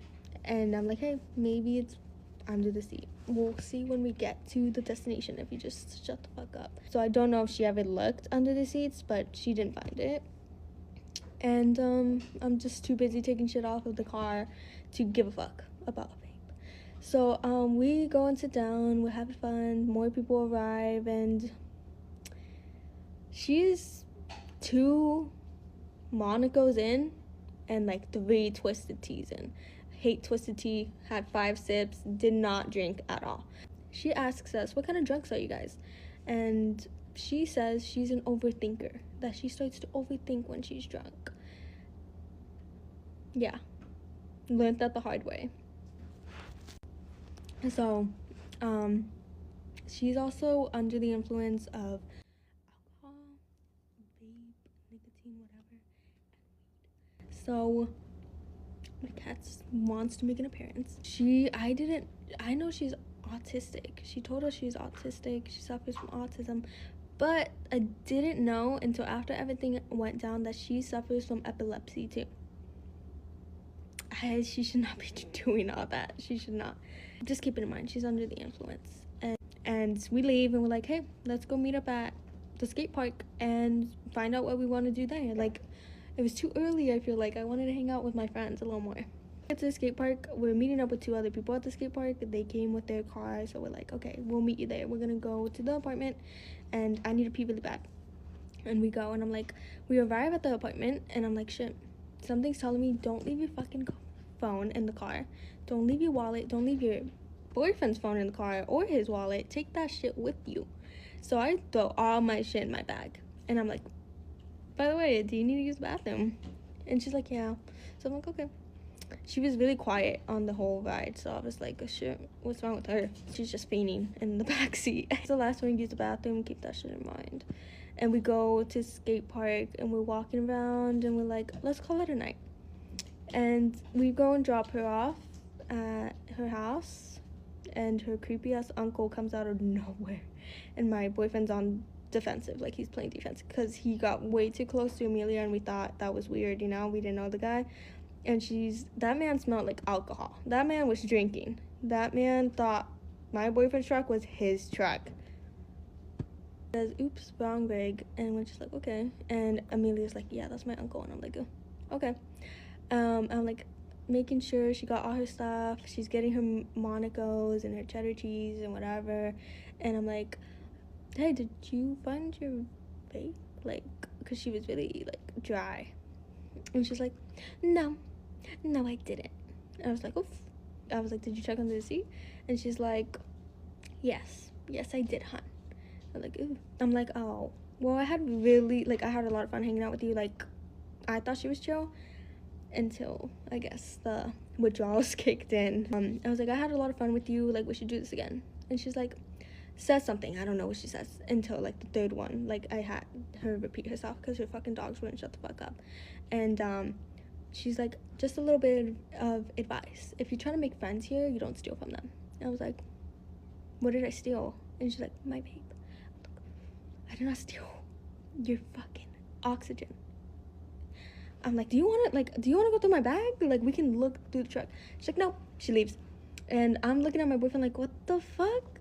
So this place is sketchy. She's sketchy. Uncle's sketchy. I'm just like, this neighborhood looks like Skid Row. Let me out. I'm more focused on getting the fuck out of there, okay? I don't want to be in a sketchy neighborhood. So I'm like, nah, let's go. And we get home, and she's in the group chat saying 0 out of 10 wouldn't recommend hanging out with Angelina unless you want to get your shit snagged. I thought that was funny, and I was like, I didn't take your stuff. And I call her. It says that I hid it, and I'm like, do you want to go through my bag? We could go through my bag. And my boyfriend's in the back seat looking for it, under the seats, on the chairs, in the little cupboard, the like little whatever, and he sees it with his flashlight. She says she did a final sweep before accusing me. We never saw a flashlight go off. He had to turn his flashlight just to see it in the crevice, the little seatbelt thing. Like, it was in there, and it's like the seats are a little elevated, so I don't doubt it's lit up. There it was. And I'm like, hey, is this it? I didn't even know it was green until my boyfriend finally gave it to me. He's like, is this it? And I'm like, is this it? And she's like, yes, that's it. Oh my god, you threw it in there when I accused you. No, bitch. I was trying to get the fuck out of that neighborhood. That place was fucking sketchy. I wasn't even thinking, like, let's look through the car real quick. No, I wanted to go home and look at the car. Did not want to be in that sketchy ass neighborhood. She doesn't believe me. She thinks I stashed it in there, I guess. And I'm like, do you want it back or not? She's like, no, I don't want to see you or your boyfriend ever again. And I'm like, okay, well, I'm gonna throw it away then. I don't want this shit. She did mention she wanted to go dumpster diving, so it's like, now's your chance. Go dumpster diving in the fucking trash. Before we even found it, I was like, hey, like, I can buy you a new one. She's geeking for a $10 vape. I make a TikTok and it pisses her off because I don't even know how she saw it, because I blocked her and I didn't even name her or anything. I was just like, give the girl who has no friends a chance, and then you see what she doesn't. That hit close to home. She had her friends on me. She accused me of making a Facebook post about her boyfriend. She just saw it today, Tuesday, and I posted that the same day it happened, but it was like 12, so it was Sunday, technically Sunday, and she says that I dragged it out days later. Like, bitch, no, it was just a few hours. So, and she leaves a bunch of comments.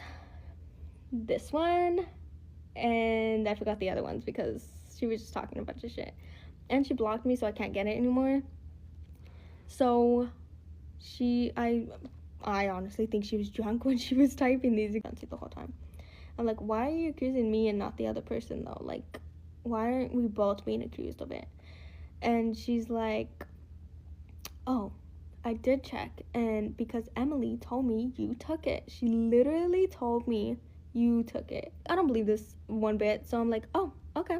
Like, I'm gonna go check and see if this is true, because it obviously isn't. So it's like, I was cordial the whole time. At no point did I disrespect you. I noticed that you stole my shit, so I don't even want to read this. She was like not making any sense, so I'm just gonna put it up. She was definitely drunk. I just told her this seemed like one-sided beef. Like, I don't have any beef with you. And she's like, one-sided, but you're making all these things about me. And I'm just like, I didn't do anything to you. No one apparently likes this Amelia girl. And I think it's funny that it's like, you're in the same boat I am. I have no friends, or had no friends. You met the most amazing people ever. And you had 12 years, elementary, middle school, high school, and you still can't find any friends. You are the problem. Like, you definitely are the. So she tells me to get therapy, and I'm just like, you need therapy because, bitch, you're sick. So Emily, who she accused of physically, like, mouthing and telling her, she did. Amelia backtracks, and Emily is like, hey, I heard you telling people that I confirmed that Angelina stole your vape. And I was wondering why, because I definitely didn't say that, and etc., etc. You can read it if you want. She's like, my bad, but you told me with your face.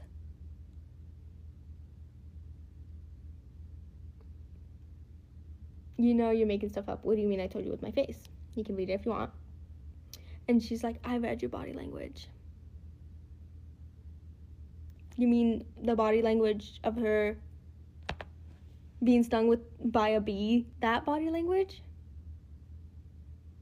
Oh, honorable mention, there's this comment, I wish I screenshotted it, but she went private and blocked me, where someone was like, not the daycare worker crying over a lost babe. Your fat ass was probably sitting on it the whole time. Best comment ever. And I think that's why she went private, because she was just getting nothing but hate. She didn't want that. She wanted praise and, oh, I believe your crackhead ass. Like, no, bitch, you're sick. She was the last one in the bathroom. There was piss all over the toilet, all over the floor. It's like, did you pee in there and then start splashing? Like, ew, you're fucking disgusting. We had to bleach the whole fucking toilet seat. I had to look around to see, shit, maybe she stole from me, thinking I stole from her. I forgot to mention this, but this bio or whatever reminded me of this video, and I just thought everyone should know. You're messing with innocent people, and you're waking up the devil inside of me. I can be a nice person, but don't make me mad. Story time on how I met my biological dad when I was 19 and didn't see him physically until I was 29. So growing up, I always had a dad, which was my stepdad. Since I was a little kid, my mom always let me know, like, hey, this is your stepdad, but your biological father name is such and such. He lives in California. Whenever you get grown, you can find him yourself. So all my life, all I had was a name. My mom was living in Fresno, California when she got pregnant with me, and she was 7 months pregnant when she came to New Jersey. So all my life, my stepdad was my dad. I didn't need a dad because he was present. They got married when I was about 8, and they stayed together the entire time. I'm now 29, and they're still married. So when I was 19, one night, me and my best friend, we just laying down, and she like, hey, let's find your dad. So I'm like, girl, shut up. Whatever. Like, not really thinking she's really gonna go find my dad. I go to sleep on her. So I wake up at like 6 in the morning, and she like, Bella, I found your people. So I'm like, girl, what? I look at the phone, and she found my people. So I told her his last name, his first name, and where he was from. So that's all she had to look for him. So all night she was up looking up whatever she looked up, but she came across some of my dad's family members.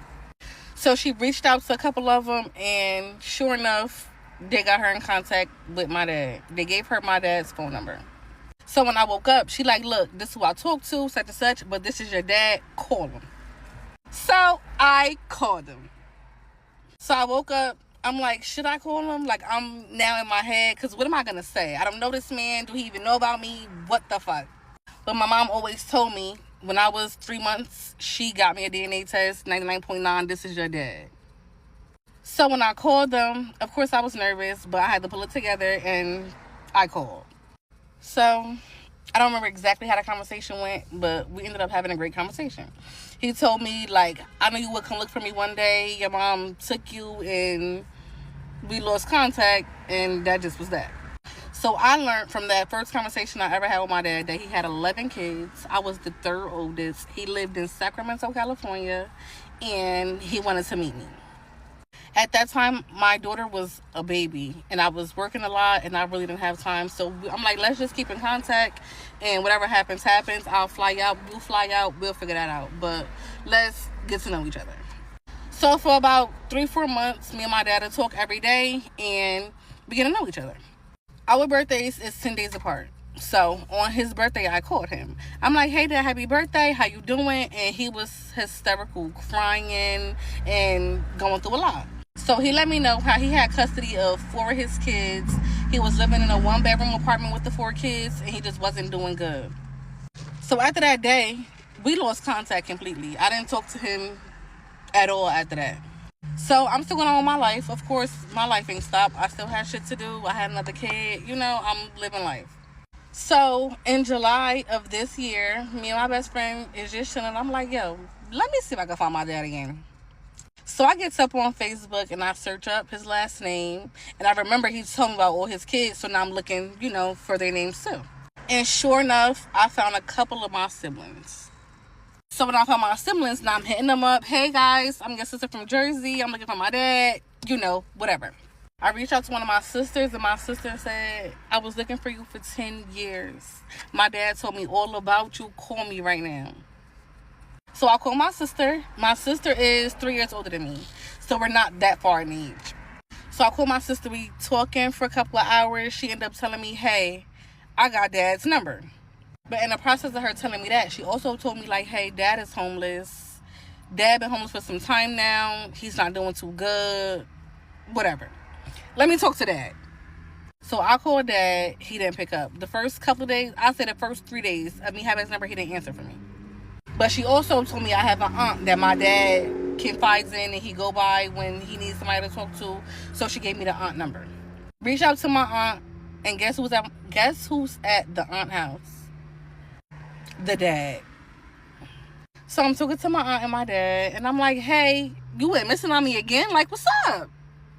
So he's like, no, it's not like that. Me and him is just chopping it up. He's telling me everything he's going through. My dad wasn't doing so good.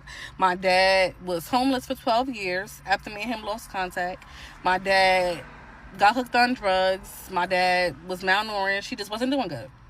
And I asked him a simple question. I said, listen, what is it going to take for you to get yourself together? Like, what do you need from me to help you? And he said, the only thing that's stopping me from doing better is money. So I said, would you relocate? If I pay for you a ticket to come out here, would you come? My dad agreed to come. So 3 days of me talking to him, I ended up paying for him a ticket from Sacramento, California to New Jersey. Mind you, this is all a 3-day conversation. However, growing up, I never knew my dad. I always had my stepdad, but I never had a relationship or bond with my real dad. So let's just see what's gonna happen. I paid for his ticket. I told him, like, hey, I can't get my money back. Is you really gonna come? He's like, yeah, I'm gonna come. Just come pick me up from the bus terminal when I get there, and we gonna figure this shit out. So pay for the ticket, send him the ticket. Within 3 days, my dad was in New Jersey. So my dad made it to the North Bus Terminal. I goes and pick him up. Never seen him in person. I'm 29 years old. This is my first time ever seeing my dad at the age of 29. So I pick him up and I'm like, hey, I bought him some food. I bought him some clothes. A couple of little things he needed. And I'm like, hey, I'm going to take you to my house, get you a shower. We're going to figure it out from there. So in the process of him coming up here, I'm on ChatGPT all day, all night, trying to figure out what help can I get for my dad when he lands. Now, talking to chat, it sounded and seemed a little easier than what it was, because when he got here, it wasn't as easy as I thought it was. However, this is my dad. He's in a whole nother state. I'm not about to just leave him out here to fend for himself. He needs help. I took him to the hospital, got him all checked out. They told me he's healthy, he's okay, he's good. Being as though my dad was homeless for 12 years, he doesn't have any credentials. No ID, no birth certificate, not a social security card. My dad doesn't have anything. So when I picked him up, I literally have to help him rebuild his whole life. Keep in mind, My dad just got to me Father's Day of this year. Like, this Father that just passed is when he got to me. So, since getting my dad to New Jersey, he's been with me. Mind you, meeting my dad face to face, meeting his other kids, we all look just alike. Down to the teeth, skin. My mom ruined my bridal shower. And I'm honestly looking for advice from other brides from this last year. Did getting married change your relationship with your mom in a bad way? Because the fact that my mom did some of these things just makes me think completely different about her. And I'm honestly really struggling with getting over it. First of all, my mom cried after my veil appointment. Let it be known that I didn't have a regular dress appointment where you go and try on dresses and show everybody. I had already picked out my dress from a few years before from COVID, so I never got the experience to invite my girlfriends and try on dresses. I was fine with that because I could go in and have that experience with finding my veil. We found my wedding dress for $100. Because of that, my parents felt a little more comfortable spending more money on a new veil. So I was really excited to get the opportunity to go into a wedding dress store, try on my veil with my dress, with my family, with my girlfriends there. It was just amazing. We found my veil. It was beautiful. It was exactly what I wanted. On the way home, my mom is really quiet, and I'm asking her if she's okay, and she's like, yeah, I'm fine. But I can tell that she's upset. So we get home and I question her about it more. She's like, you were looking at everybody else and asking them how they liked it, and you asked them if you thought your husband would like it. You didn't ask me if you thought they would like it. She was crying. She was so upset. I definitely thought I did ask her as part of the communal, you put on your veil, you turn around, oh my gosh, do you think he'll like it? Like asking the group of people that you brought with you. Everybody in that room was so important to me, and they were my family, like my future sister-in-law and my current sister-in-law. But my mom felt that I should have singled her out from the group of people and had a moment with her, essentially. I felt I did enough. I don't think I did anything wrong. And in these moments, you're already so overwhelmed and thinking about so much. I'm thinking about getting married to my future husband. But apparently my mom just had different expectations for how I should have been in that situation. So anyway, that happens. Now I feel guilty and I'm on edge because I'm going to have to cater to my mom for the next few months until I get married. Then the bridal shower happens. I didn't know it the day of, but apparently my mom was crying. My sister-in-law told me, yeah, we were bringing up ideas for like games and food or things that you wanted. And my mom was actively shooting them down. Like, no, she doesn't want games. And she doesn't want cake. That's the apparent like voice, the tone that she had talking to my in-laws. I don't even know where she got these ideas. And let me say that I was the one who was like, I think I should have a bridal shower. Months went by after my engagement. We were getting married by next May. So about February, March, I was like, I brought up the idea to my mom. I'm like, I think I want a bridal shower, which is not how that should go. Immediately, my mom was like, okay, let's do it. Let's have a bridal shower. What do you want? I was planning my bridal shower. I was making like games. I was making like all the decoration and the invites. I wanted it to be like something blue, hydrangea, really garden aesthetic.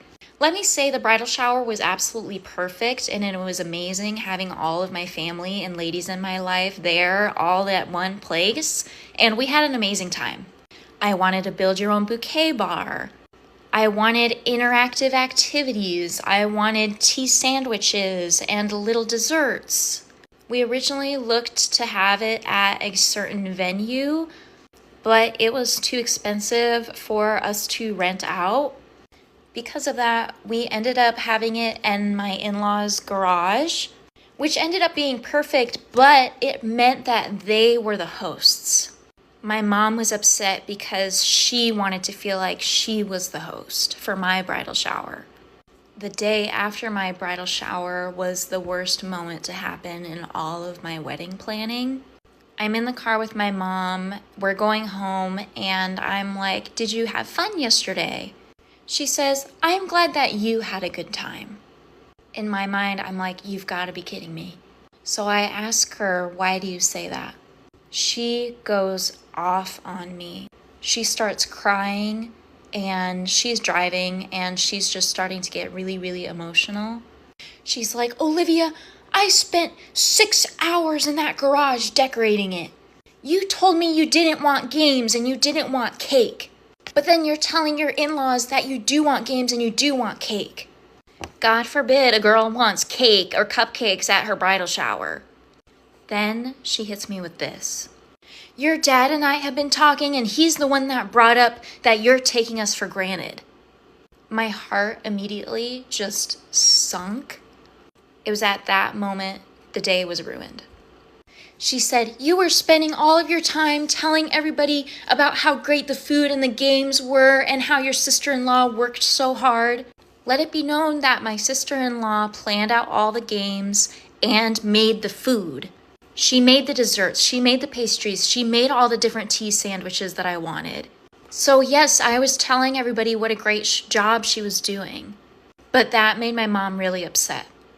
And the fact that the day after my bridal shower, you're accusing me of taking you for granted, I felt like I was just getting steamrolled with all of my mom's emotions and expectations. I felt like a failure because I didn't do what she wanted.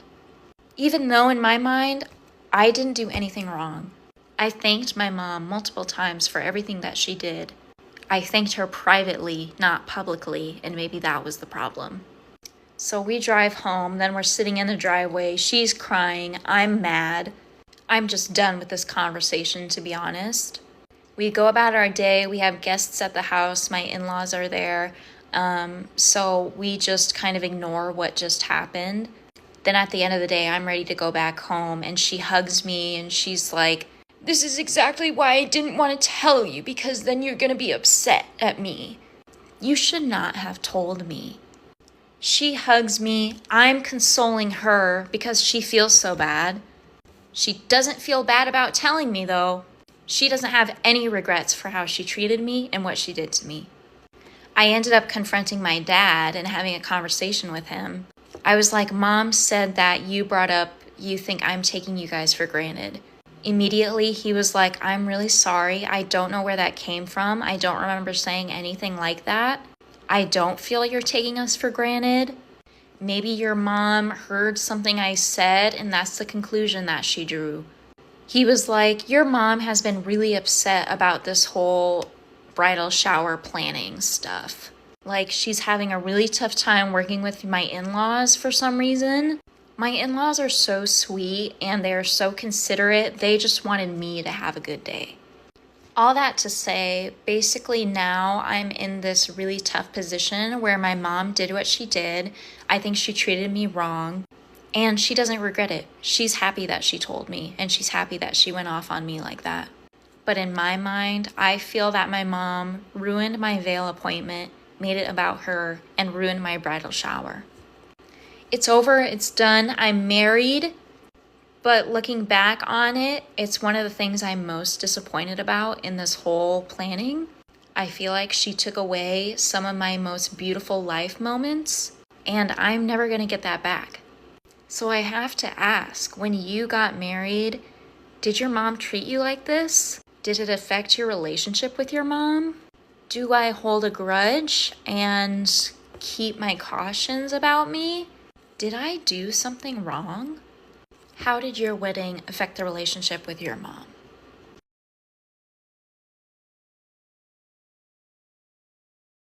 This is a story time about my stalker. Once upon a time, I had a stalker. I was living in Florida. A lot of stuff happened when I lived in Florida. Also, I'm currently dog sitting, so I'm not at home, and I do get really freaked out sometimes because the dogs will bark at random things and nothing's there. So maybe this isn't the best time to be sharing this story, but I'm gonna do it anyway. Living in Florida, just moved into a new place. I was living with a roommate at the time. We were both, I think I was 20. I was about 20, move into a new apartment. Both of our families came down to help us move. She goes back to where she was from. Like, neither of us were from Florida. She goes back home. She's there for a few months. So I'm in this new apartment by myself. All of a sudden, like, I keep noticing weird things, and I keep getting really freaked out, and I refuse to go into her room because I was like, I'm in my brain, I'm like, someone lives in there. Like, little did I know. Anyway, we'll get there. We also had a cat, so I would just blame things on the cat, as one does when you're trying to rationalize these crazy thoughts. It's like, I'd hear things, like, it's just the cat, like, things would be moved, I'm like, it's the cat, you know. I was watching also, like, I love a lot of true crime. I was watching a lot of true crime, and I was like, maybe I need to take a step back from the true crime because I'm freaking myself out a little bit. It was an ongoing joke that my place was haunted, which I don't think is true, but anyway, like, when my sisters came and stayed when we first moved in, they were like, oh my god, I think it's haunted. My ex, well, my boyfriend at the time, like, literally refused to stay over. He, like, got really weird vibes. He was like, I don't like you here. Like, one day he woke me up in the middle of the night. This could be a whole other story. Woke me up in the middle of the night at like 3 a.m. and he was like, I'm leaving. You can come with me or not, but like, I'm never staying here again. So we were just joking. I was like, maybe it really is haunted. Like, maybe all these things that are freaking me out is my mind, my cat, or like, maybe it is haunted. Who fucking knows? Anyway, it was getting to a point where I was starting to like really be scared. So I would, like I said, things would be moved. I had a bathroom in my bedroom that also connected to the kitchen at a different door. I would keep both doors shut because the cat that I had at the time, like, would mess with my stuff. And I had some glass things in there. And I was like, I would just keep both those doors shut. And I'm also a very particular person. I had fancy towels that I would fold in a very specific way. Fold them like largest to smallest, all stacked on top of each other. Every Italian knows you have your actual hand towels and then you have your decorative hand towels that you do not use. Your nonna will kill you. So those are my decorative hand towels that I did not use. Okay. I would come in and they would be folded in reverse. I'm not even kidding. Like, they would be folded. I had them color coordinated, like, in the opposite way. And I was like, hey, I don't do that. My cat can't do that. And also I keep, just in case he figured out how to fold towels and hang them, like, the doors are shut anyway. Like, he's not in my bathroom. Well, that was one thing that, like, really I couldn't explain. I would find things in my dryer even if I hadn't been using the dryer. Like, sometimes I would text my roommate, even though, once again, she hadn't lived there. Like, she'd been there maybe like 2 days max by the time we moved in before she left. Like, little bracelets and stuff. And I'm like, this isn't mine. Is this somehow yours? And she'd be like, no. Like, okay. I would find random, like, screws and bolts and stuff, like, on my kitchen counters, like, it was just such random things. And I would hear things all the time, like, at night or whatever. So I was like, okay. Finally, the final straw for me was I had worked a night shift. I worked across the street from where I was living, so I didn't drive. I would just walk to work. I leave my work shoes by my door and get up for work the next morning, and I go to put my shoes on, and there's something in my shoe. And I'm like, really weird, what could be in my shoe? It was a square, like this big, square cutout of carpet, almost like a carpet sample, like how you get those little square carpet samples, like in my shoe, like deep in my shoe. I didn't feel it till I went to like put my foot in. And I took it out and I was like, what is this? Like, literally, what is this? Once again, it's not my cat. I don't even have carpet in my apartment. What is this? So then I was like, all right, something's happening. Something's going on. It was to the point, my mom had this friend who was like a self-proclaimed psychic medium. Do with that information what you will, right? But I was at the point where I was like, I might just call it, like, her up, because I don't know what else to do. I'm pretty sure my place is haunted. Like, I'm convinced now, because what is this? I didn't even have a chance to call this woman. She called me. Mind you, I hadn't seen her in years. we don't speak. I didn't even have her phone number. She calls me out of the blue, and she was like, hey. And I was like, hey, how's it going? I didn't even get to finish my sentence. She goes, do you feel like you're being watched? And I was like, yeah, funny you should say that. I was literally going to call you. And she goes, it's not a spirit, it's a person. You need to change your locks and get cameras. And I was like, huh? How'd you know about this, first of all? But okay, I'll do what you say, because now I'm freaked out officially. I get cameras. I changed the lock. Also, I called the locksmith, and then he started being a freak. Like, he had my phone number because I needed you to get to my place. Like, that's how it works. He started trying to ask me out. It was a whole thing. I was like, I'm gonna have to call another freaking locksmith. Like, what is this? Get my locks fixed. Things stop happening. Okay. Then, everything in my apartment stops. Mind you, I'm still living alone. I may have to do a part 2. I may have to do a part 2 for this. Part 2 of my stalker story. So where did I leave off? So I got my locks changed. Things stopped happening in my apartment. So like I said, I used to work across the street from where I lived. But where I worked, we had a glass front. If you ever lived in Davie and you went to Burger 21, that was me. Anyway, I had a glass front, and usually I was working at the register. Like, it was a pretty small place. Like, you could just see outside into the parking lot. You could also see my apartment building from where I worked. That's just the context. So one day I'm taking out my trash in my apartment building. So I had to walk through, once again, all the apartment buildings in Florida are like very much outdoors. So even the staircases and stuff are outside of the buildings, like little alleyways in the buildings outside. I lived on the second floor, taking out my trash, which the dumpsters were in the parking lot. Walking through the parking lot, and this man is sitting there on the curb. And in my brain, I see him, and I immediately, like, my brain recognized him. And I remember thinking to myself, like, oh, it's that guy. Like, you should say hi. So I waved to him, and he's just, like, staring at me and, like, smiles. And I throw out my trash, and I'm thinking to myself, I'm like, why do I recognize this man? Why did I recognize you? Like, I don't know who you are. I don't know who you are. You don't, it wasn't like you worked in the building or anything, because we didn't have that. I was renting a condo. So I see him, he smiles. I'm thinking to myself, like, where do I know this man from? As I'm thinking this, I throw out my trash, and I'm like, weird. He gets up, starts following me. And I'm like, all right, this is kind of weird. What's happening? He is, like, gaining. He's gaining on me.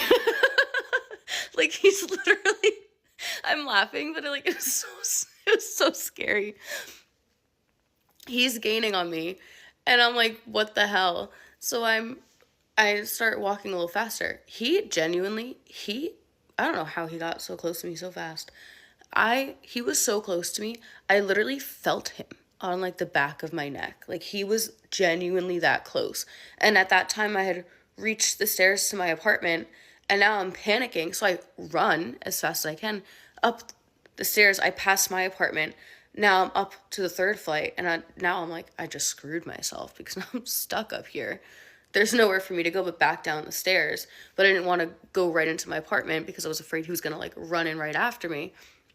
And I'm looking down, and I see him standing underneath the staircase, like, looking up, waiting, looking up, waiting. I was there. He stayed there for probably about 15 minutes, which felt like the longest 15 minutes of my life. And he was just literally laying in wait, kept looking up. And I'm like, what the literal fuck? And I was like, I have to go back to my apartment at some point. Like, once again, I'm a sitting duck up here. I'm trapped. There's an apartment here, and the balcony. What am I gonna do? Finally, I get in my apartment. Ironically, I think my grandparents were visiting, and I told my grandfather, he loses his mind. But then I started thinking about it, and I'm like, I know why I've seen this man before, and I only ever see him in my parking lot, or in the parking lot in the parking lot where I work. Like, he'd just be chilling out there. And I'm like, that's why I recognized you, is because I constantly see you just lingering in the parking lots of where I live and where I work. So I was like, okay, maybe it's him. Maybe that's the guy. And then I started talking to my mom about like everything that was happening. She was thinking, so when we first moved in to the apartment, they had just finished doing some renovations. And they were supposed to come back and finish. They were supposed to come back and finish a bunch of stuff. They had left a bunch of stuff like paint, supplies, etc. in the apartment that they were supposed to be coming to get, and they never did. So the suspicion is that whoever was doing work in the apartment knew, like maybe saw us, two young girls, moving into this place, and they still had a key because they also never returned the keys to us. So whoever was doing renovations still had a key to the apartment, and that's how they were able to get in, and that's why things stopped when I changed the locks. That's the theory, and I think it was that man. Unless it was just another, one-off special little coincidence experience that I had. It would make sense. That's my theory. He never left me a note or anything like that where I could be like, oh, it's this person, or I don't know. Never had a stalker before. My first time.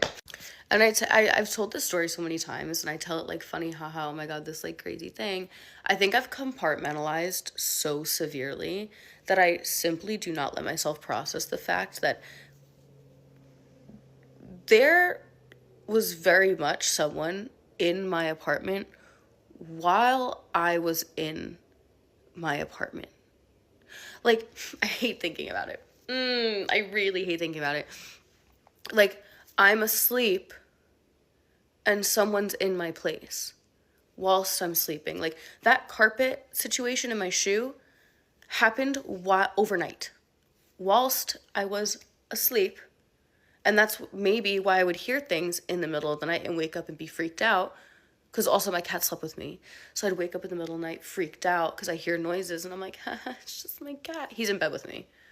So I really severely compartmentalize that, because I refuse to let myself really think about the fact that there very well could have been a man in my apartment whilst I was home and had a key to my place.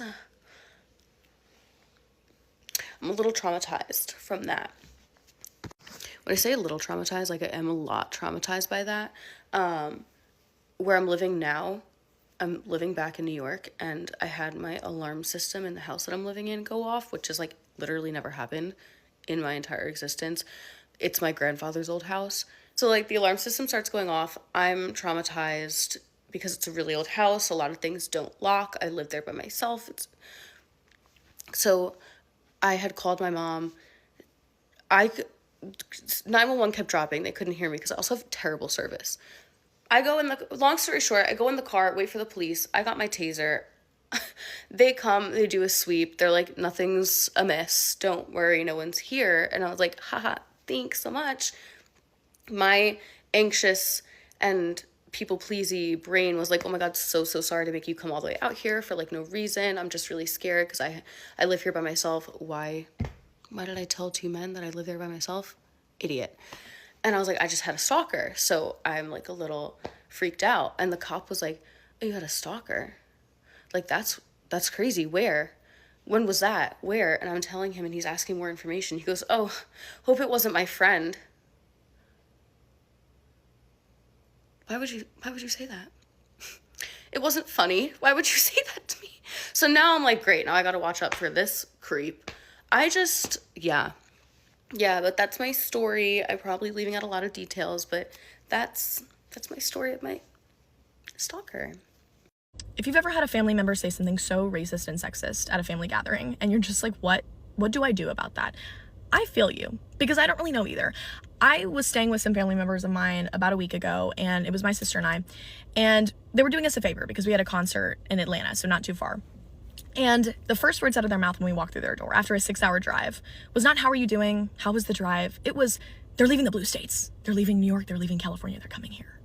And I'm like, okay. So we move on. We go have dinner. And my sister's talking about how excited she is to stay in Spain because she's studying abroad in Spain and she wants to learn the language, immerse herself in the culture, meet the people, whatever.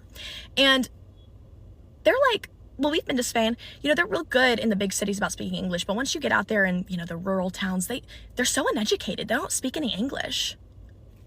Excuse me? Uneducated? You think people are uneducated because they're not speaking English in Spain, where they speak Spanish. Right. So I'm just there like, okay. And, my sister, she speaks up. She's like, I'm excited to learn their language and speak their language with them. So I was like, good for you. In the same dinner, they told us to be very safe in Atlanta. And I'm like, awesome. We will. Like, people have our locations. We're going to be very wary. We're going to park real close to the venue. But guess why they told us to be safe? It was really racist. I'll just say that. It was really racist. Then later that night, my sister tells me that she hears them talking about us loudly in the living room when I guess they thought we went to sleep, but we were going out there to say goodnight, and they're like, those girls are so clueless, they just live in a bubble. Their parents, blah, blah, blah.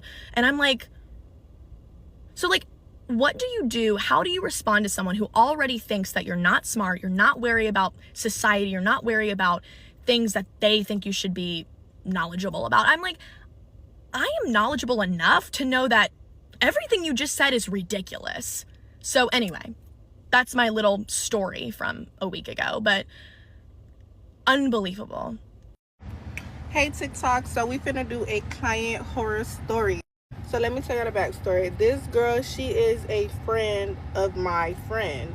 Like, I've literally been out with her, like, been places with her and shit, like, multiple times. So, like, I'm like, okay, like, I know her, right? So basically, at like August 4th, she texts me, hey Kendra, do you have any squeeze-ins? Like, I'm finna promote this girl brand and I want them to part with curls. I was like, hey, yes, you can come tomorrow. Just come drop your wig off and send your deposit. For her deposit, the deposit is $20. She was like, oh, I don't got it on my car. Can I come drop it off in cash when I drop my wig off? And I was like, okay, sure. So she was like, oh, I only got $18. I don't feel like going to the bank, taking out the rest of the money. I'll just pay you the rest, like, with my hair. I'm like, okay, cool. So she dropped her wig off and everything. I was like, what style you want? She said, I'm going to part with curls. And I told her 25 extra for the curls. So she was like, okay, that's fine. So, mind you, you not finna ask nobody for a squeeze-in if you don't know how much their price is. Bitch, if I was charging $200 for what she knew my prices. She knew I charged $125 for new wig install, and then her adding on those curls made it 25 extra, and that's $150. So keep that in mind. You're not going to ask nobody their prices. Nobody for no squeeze-in if you don't know their prices. So boom, she come, she loved her fucking hair. I did her hair, she loved her fucking hair. She like, Kendra, ain't nobody ever did my hair this good. Like, she like, I'm finna cry, bitch. I can literally insert the fucking videos and all, but she like, I'm finna cry, da da da da. I'm like, happy with her, bitch. Like, I'm happy, my client happy, the fuck. So mind y'all, this where it goes up. I usually accept the money before, but I'm like, okay, I know her, so I'm like, I'm not gonna really like, bitch, I know she got my money on some shit, you feel me? So boom, the end of her appointment come, she give me the money, and like, I just placed it on my desk and I go use the bathroom, and then I come back, and then that's when like, she's finna leave. So I'm like, okay, cool, because she was trying to send me the videos because we did content and she couldn't really send me the videos. So I'm like, okay, cool, it's fine, it's whatever. That's when boom, when she left, I counted the money. I seen she only gave me $100. So mind you, she left her charger too. I was like, hey, and I'm gonna insert fucking shit in this video because the fuck. I'm like, hey, you left your charger and you shorted me $30. She was like, oh, I thought the deposit come out.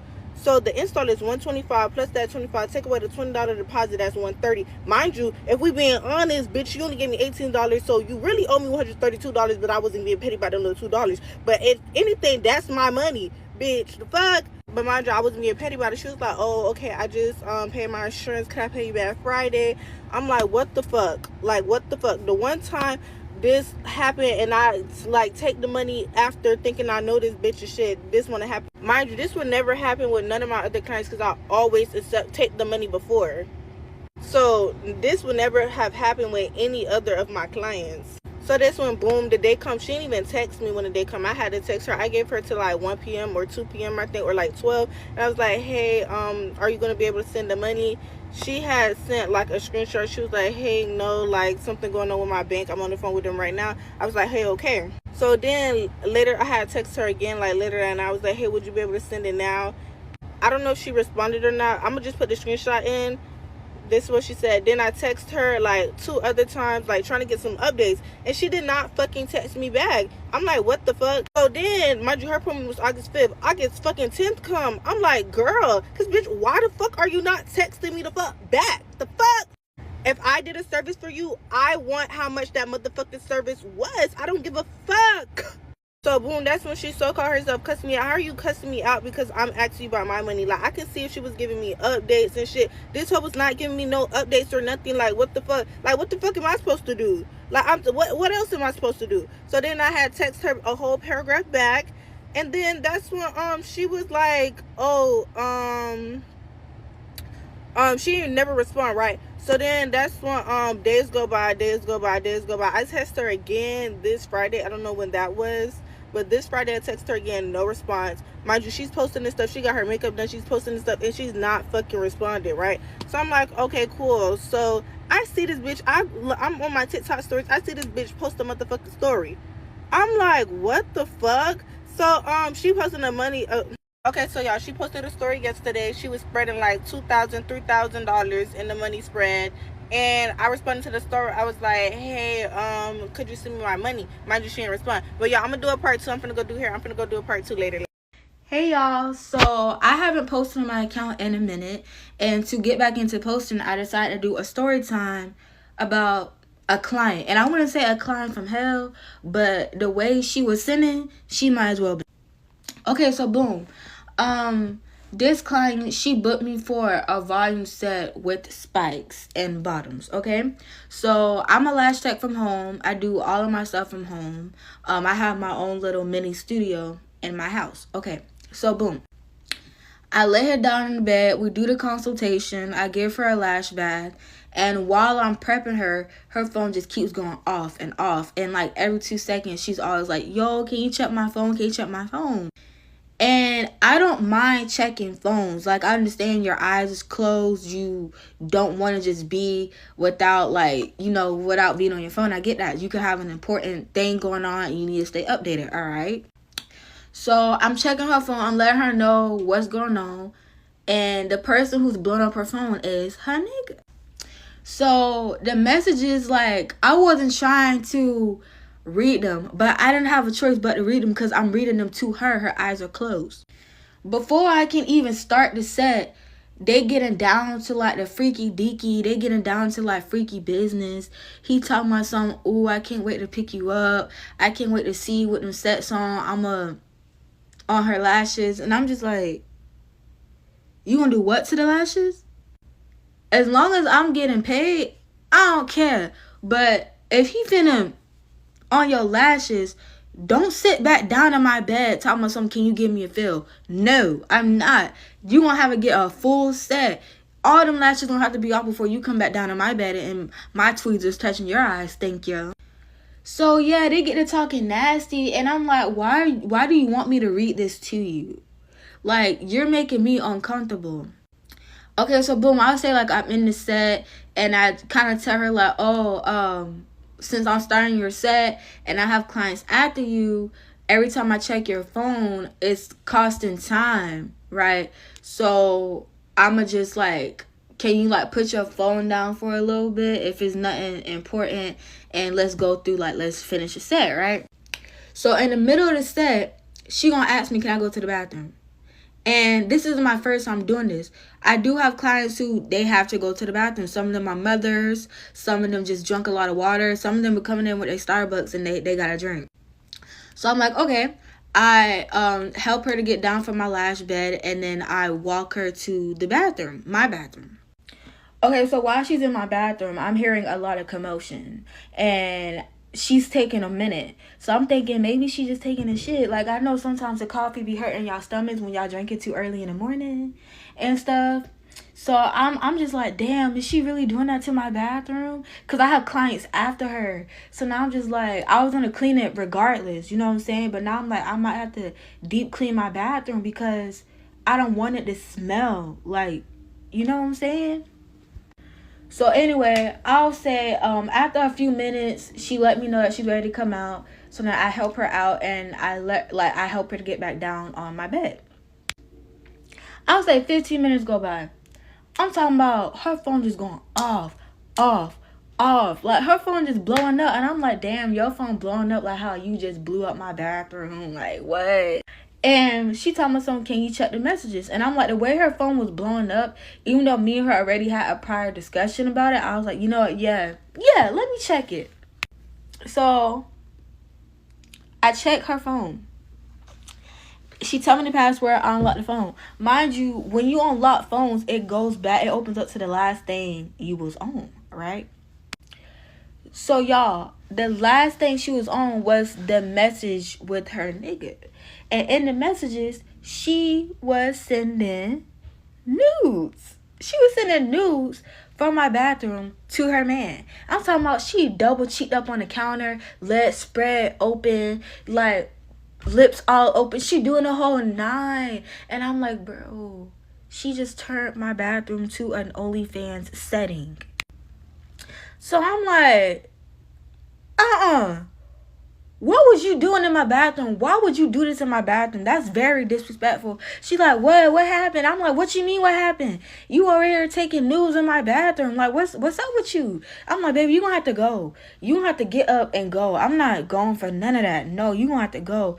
She's like, oh no, please do my lashes. I got something important to do. Yeah, that nigga. I'm not doing that. This is not that type of party. I'm not that type of lash tag. I'm not going for none of that. So me and her going back and forth. I'm tell shawty like, no, you gonna have to go. And then she like, I'll pay you extra. I'm like, you gonna do what? You gonna do what? I'll pay you extra. I'm like, I want 50. I want 50 extra. And then she was like, all right, bet. So I finished her lashes and she paid me the 50 extra and then she tipped me. And then for some reason, it just came on to me. I'm like, what do you do for a living? And she told me that she's basically a star. Like, she's a star. And I was like,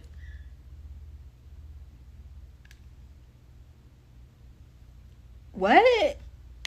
And I was like, okay, so I know, like stars are supposed to, that y'all be doing that stuff in different environments, but don't you gotta ask for permission? Like, why didn't you ask me for permission? I would have told you no from the jump, and all this could have been avoided. You would have been up $50 right now. She said that she was gonna ask me for permission, but with their industry, it's better to keep it private and to keep it silent. And I was like, girl, okay. She tipped me extra too. She tipped me like 10. But after that day, I did block her. I did block her from booking with me. She can't come back. Nah. And it's no hate, no shade, no nothing. If you a stripper, if you a corn star, if that's what you do, still book me. Because I'm going to get you slayed, iced, and laid to the side. I'm going to still get you good. But I'm just saying, like, have respect. Have respect. That's it. Okay, I just had the worst fucking experience at Crunch Fitness. So I'm gonna give you a story time. Don't mind how I look. I literally just got back from the gym. Just got back from fucking Crunch Fitness. So pretty much me and my friend Sophia have been on our like gym arc. We go to Lift 360. I don't know if you guys know where that is. It's in Florida. It's honestly an awesome gym. My only complaint is that it's a little bit pricey, but if you are willing to spend the money on a good quality gym, 10 out of 10, would recommend. You guys should go. But anyways, and then my 2 other friends have been going to Crunch Fitness because they're also on their like little gym arc, right? And so we all decide, hey, why don't we all go to the gym together for a day? That'd be super fun, right? So we're like, okay, bet. We wanted to go to my gym, but the only issue is like it's $16 for a day pass, and my friends were not trying to pay that. And then Crunch has a free day pass, so we're like, all right, bet. We head to Crunch, no issues. At least I thought. So we sign up, whatever. We get the email, me and my friend Sophia, for the day pass, right? Awesome sauce. We walk in, my friends scan their things, fine. Me and my friend Sophia go up and we're like, oh hey, we have the day pass. Immediately she goes, have you guys been here before? And we go, like, with such attitude. And me and my friend Sophia, again, we've never been to Crunch Fitness. So we go, oh no, we haven't. And then she goes, oh, okay, because if you have, we can see, like, we'll find out. And we're like, okay. And she goes, are you sure that you've never been to Crunch Fitness? And we're like, we've genuinely never stepped foot in a Crunch Fitness a day in our life. Like, not any location, not nothing. But she was coming at us. So I don't know if she confused us with someone that she saw before that did a day pass or something. I really don't know, because the way she was coming at us was like as if we were trying to pull one over on her and get an extra free day, which I'd never been to Crunch Fitness, okay? So point blank period, whatever. And we're just like, yep, we're sure.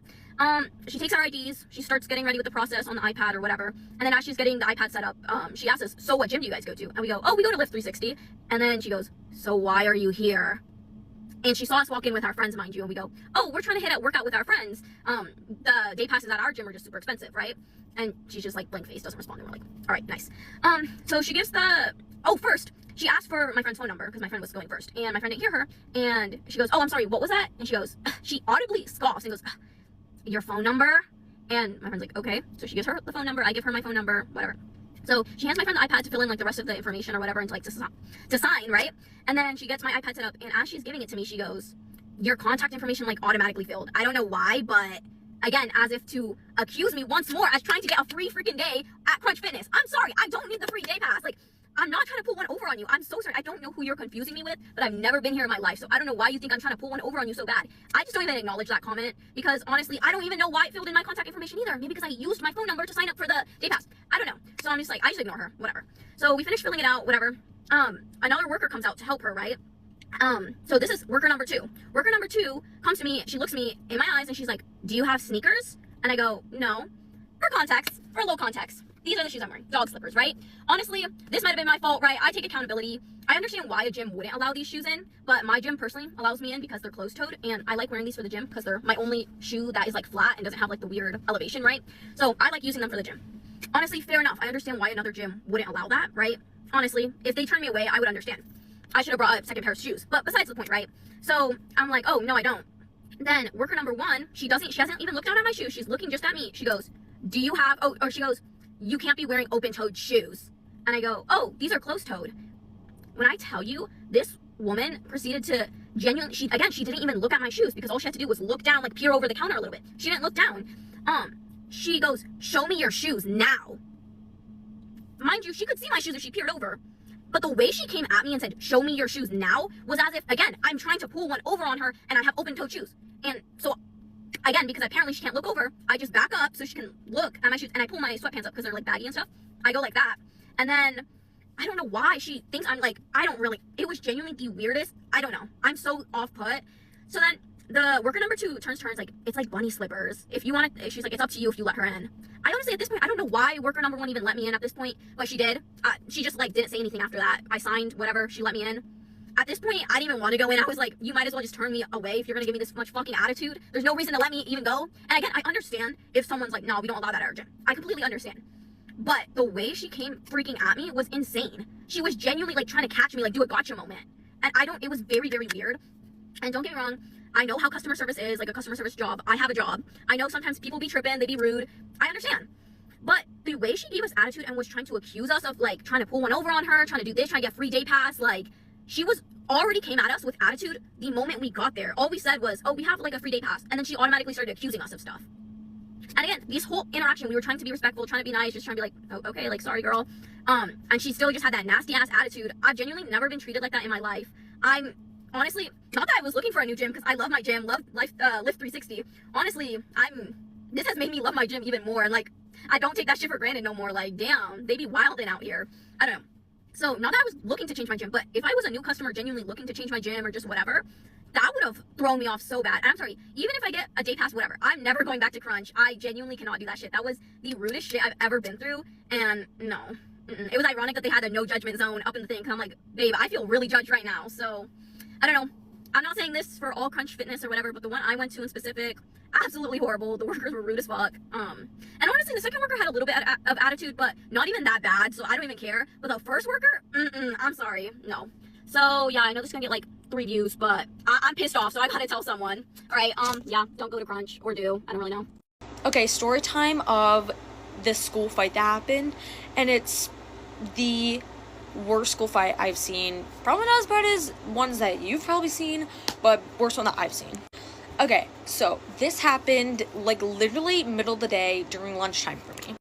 Okay, First off, there's two people in the fight. There's a guy and a girl. We're gonna call the dude, we're gonna call him, like, Butter, and then, the next one can be, like, Dumpling. Okay, Butter and Dumpling. Okay, anyways. Okay, Butter is in this corner of the cafeteria with a few of his friends, and he's, like, getting ready for the fight. He puts up his hood, and he, like, cinches it, so, like, only, like, it's his face, and then he, like, ties it so the hood can't come down. And he puts, like, this stuff on his face, like Vaseline or, like, something, and his face, like, super shiny. He's in the corner, and you can see that he's, like, mad, and he's, like, agitated and stuff. Then Dumpling's in another corner with her friends, and she's mad, too. Like, you can see her, like, at the lunch table, and she's getting ready, but, like, she's not really doing anything. She's just, like, talking to her friends. Now, I didn't know what was happening, but I heard from, like, other tables around me that there was rumor of a fight gonna happen. And you can, like, feel the energy in the cafeteria at this point. Like, it's, like, super heavy, like, kind of adrenaline, like, you know that something's gonna happen. Now, somehow, of how loud our cafeteria was and how the rumor was, like, spreading throughout tables, not a teacher, lunch lady, like, none of the adults knew what was going on. Like, zero idea. Anyways, lunch ends, and everyone in that cafeteria, and I mean, like, everyone gets up and sprints out the cafeteria door. Now, there's a hallway. There's this long hallway, and then there's, like, this lobby, and then there's a hallway this way, which is to the middle school side, also the office hallway, nurse office, like, guidance counselor, hallway and all. And then there's this side, which is, like, high school classes. During this story, I am in middle school. Alright, after everyone sprints out, there's a hallway, lobby, two hallways going this way. This way is classes that everyone in cafeteria, like my grade, is supposed to be in. This side are, like, more, like, upperclassmen classes. Okay, literally no joke. Like in a Disney movie or something, people start circling up. Like, it's insane how fast it happened. Now, I don't really want to stay and watch this because I just don't. It's, like, weird. So I'm trying to go to my class, and there's literally one way to get to my class. It's this long hallway, and there is a wall of people, like 4 rows deep of people blocking the entrance, and no one can get through. Like, there's kids trying to push their way through to get through, but they can't. Anyways, so I'm kind of forced to just stand there, so I stand in, like, this doorway, kind of, like, away from the fight, but, like, I'm still, like, in that circle. Okay, so the fight starts. Butter is in the corner, and he's, like, gearing up. He's in the corner, he starts clapping his hands like this, top of his head. He's, like, gearing up, and he's saying stuff like, come on, you throw the first punch, come on, let's go. And then, Dumpling, some people are, like, pushing her into the fight. Like, they're, like, pushing her in. Okay, so, Butter at this point is, like, gearing up, like, he's about to throw the punch. And then Dumpling, she doesn't put up her hair. She has these huge hoops in, doesn't take those out, and she takes off her Birkenstock. Mind you, we have tile floors, so very slippery with just socks on. So, she takes off her shoes, and she throws the first punch, and face plants. She face plants, and then Butter dives to the ground and grabs her hair like this. And then he's, like, slamming her, like, all that, like they're fighting. People are shouting and stuff, like, it's going crazy. And then out of nowhere, a teacher comes in, like, sprinting down the hallway. Immediately when people see this, they kind of just stand there, but then they also start running. Now, the teacher holds back Butter, and then this police officer holds back Dumpling. But as Butter's being, like, held back, one of Dumpling's friends, like, just randomly goes up to him and hits him, being like, you. And then the teacher was like, you're coming too. So clearly she got also sent to the office and got some, like, punishment.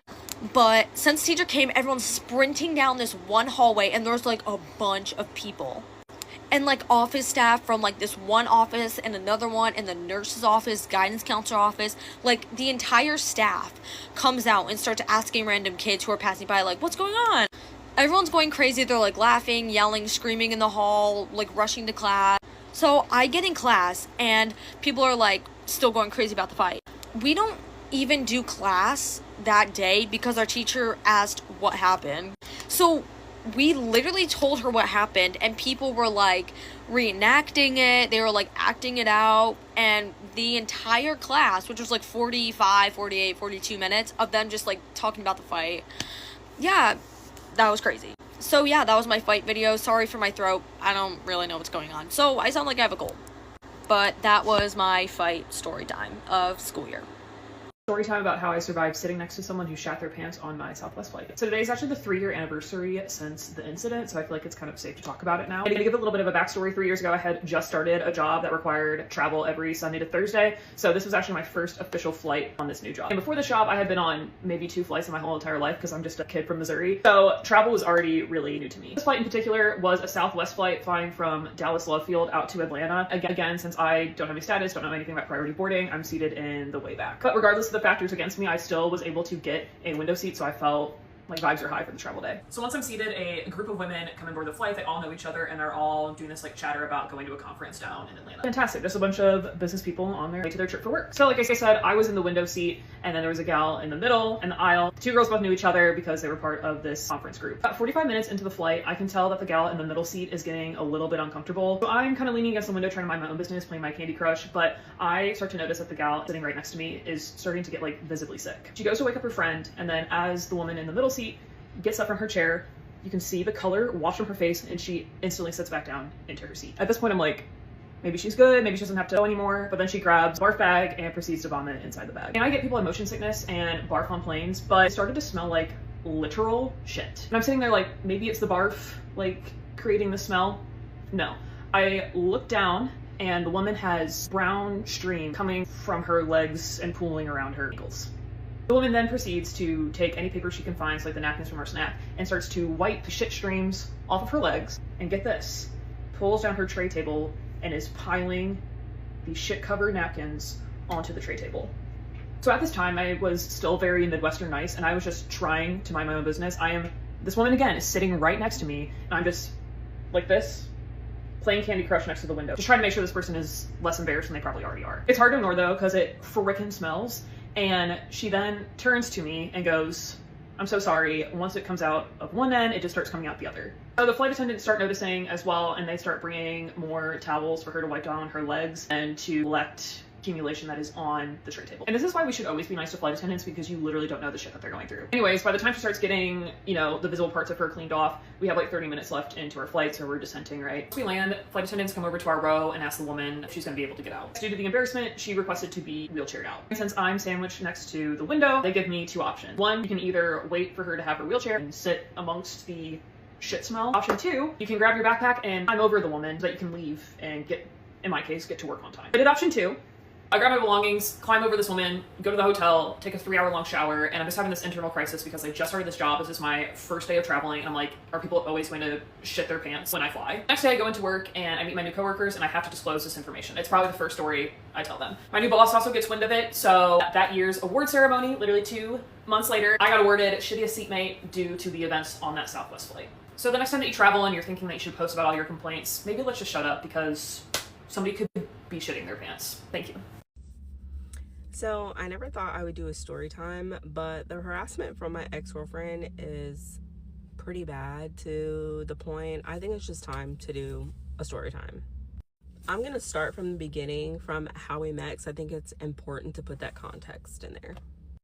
I met my ex on Facebook dating a year into my separation from my ex-husband. On my bio, I put that I was not looking for a serious relationship, but I was open to communicating with someone. I wanted to get to know someone, but I was not looking for a relationship. I was focused on healing and getting divorced. When I matched with my ex, I made sure to confirm with her that she knew I was not looking to be in a relationship, and she was okay with just getting to know each other because I was separated, getting a divorce. At this time, it was November of 2024.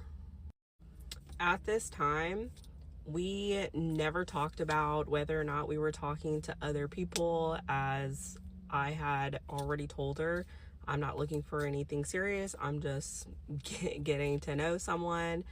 But it wasn't until December, January that we really decided that we just wanted to talk to each other, but we were not entering dating or a relationship. We were just talking to get to know each other.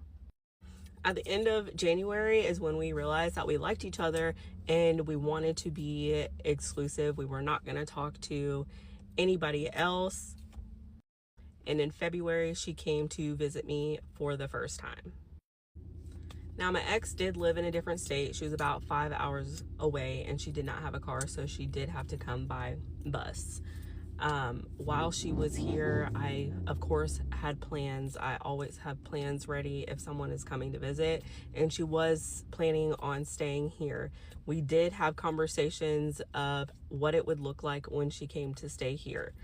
I personally do not interact romantically with people until I'm in a relationship with them. So she was aware of this and she was also okay with this. While she was here for 3 nights. We ended up having a conversation and she mentioned how she wanted to be in a relationship with me. I did let her know that I still was not ready to be in a relationship and that I had healing left to do, that I did not think that I could give her what she needed because I was not ready to be in a relationship. When we left that conversation, it seemed like the conversation was fine and we were both on the same page that we were still going to get to know each other and both do healing separately. But when she went back to her own state, I got a text message stating that basically, if I did not enter a relationship with her, that she was going to cut me off and that we could not even be friends. For me, friendship is not even in the question or picture. If we do not work out romantically, we're not going to work out in a friendship. Unfortunately for me, emotionally, this was not information that was sitting well with me. I was already going through a hard time with my family and not really having people in my life to support me. At the time, I really only had my best friend, so taking this information was pretty hard. My ex and I went back and forth for several days on her wanting to leave the situation and me being okay. I told her, you know, it would hurt a lot for her to leave the situation, but I told her I completely understood. I told her that she needed to do what was right for her, but I also needed to do what was right for me. But in those conversations was also a lot of her coming back to not wanting to leave the situation, but leaving the situation. So it was a lot of confusion for me, and I wasn't sure what was happening. Against my better judgment, I did get into a relationship with her. Do I feel like I was pressured to be in a relationship with her when I was not ready? Absolutely. But am I a grown adult and can take accountability and responsibility? Absolutely. So after we got into a relationship, things were okay. Things weren't that bad. We were communicating back and forth, FaceTiming a lot. She did come back up in March and she stayed for, I want to say 4 nights. And while she was here, she did tell me about how home life was a struggle for her. She was living at home with her mom and her brother is autistic.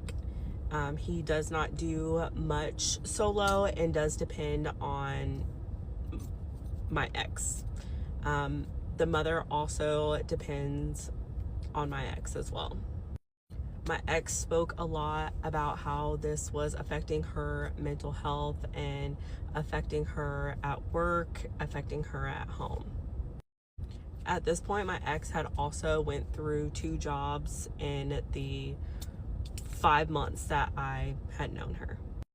The first job that she had, she did ask me her opinion, ask for my opinion on the job, whether she should stay there or not. I let her know that I wanted her to be happy, and if she was not happy at that first job, she should definitely leave it and find a different job. that led her to go to her second job. At her second job, it was cold and she did work outside a lot, and she did not like that job again because she was cold. The visit was fine. We did still have conversations about me not being ready to be in a relationship, but still being in the relationship anyways. I tried not to let it affect the relationship, but because we were still having these conversations, it still did kind of hinder our relationship. But our relationship wasn't horrible. She did go back home, and when she went home, she would still continue about her home life not being the best.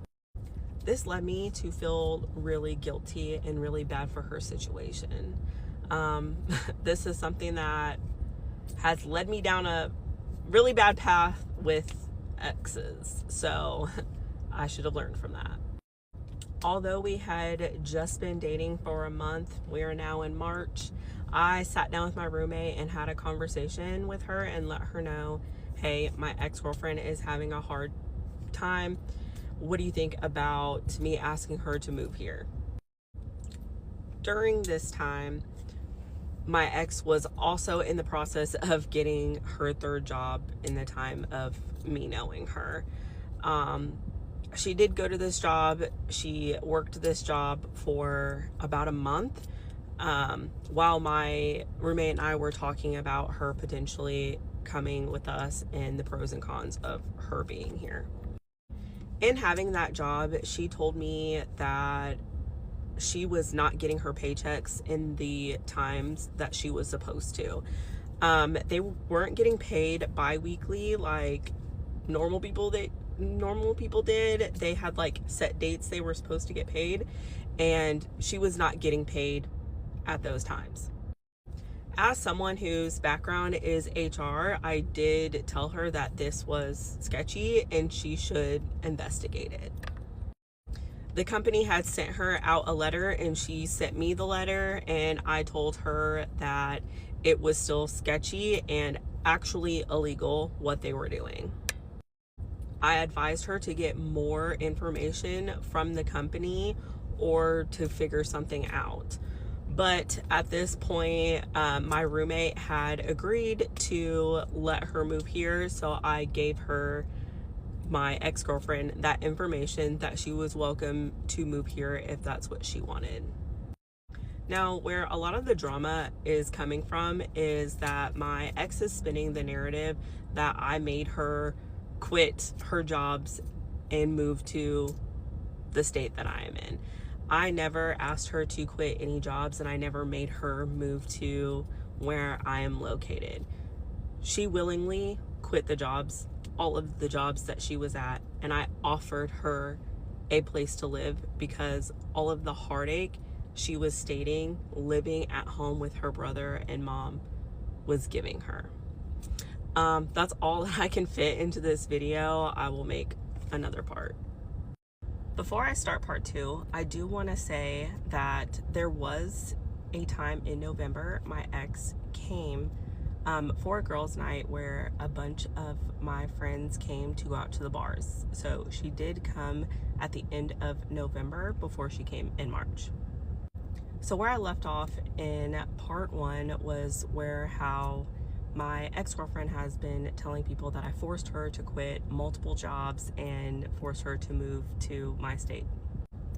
Again, because she was saying how living at home was affecting her mental health and affecting her job, I sat down with my roommate and had a conversation to see if she would be okay with my ex-girlfriend moving in.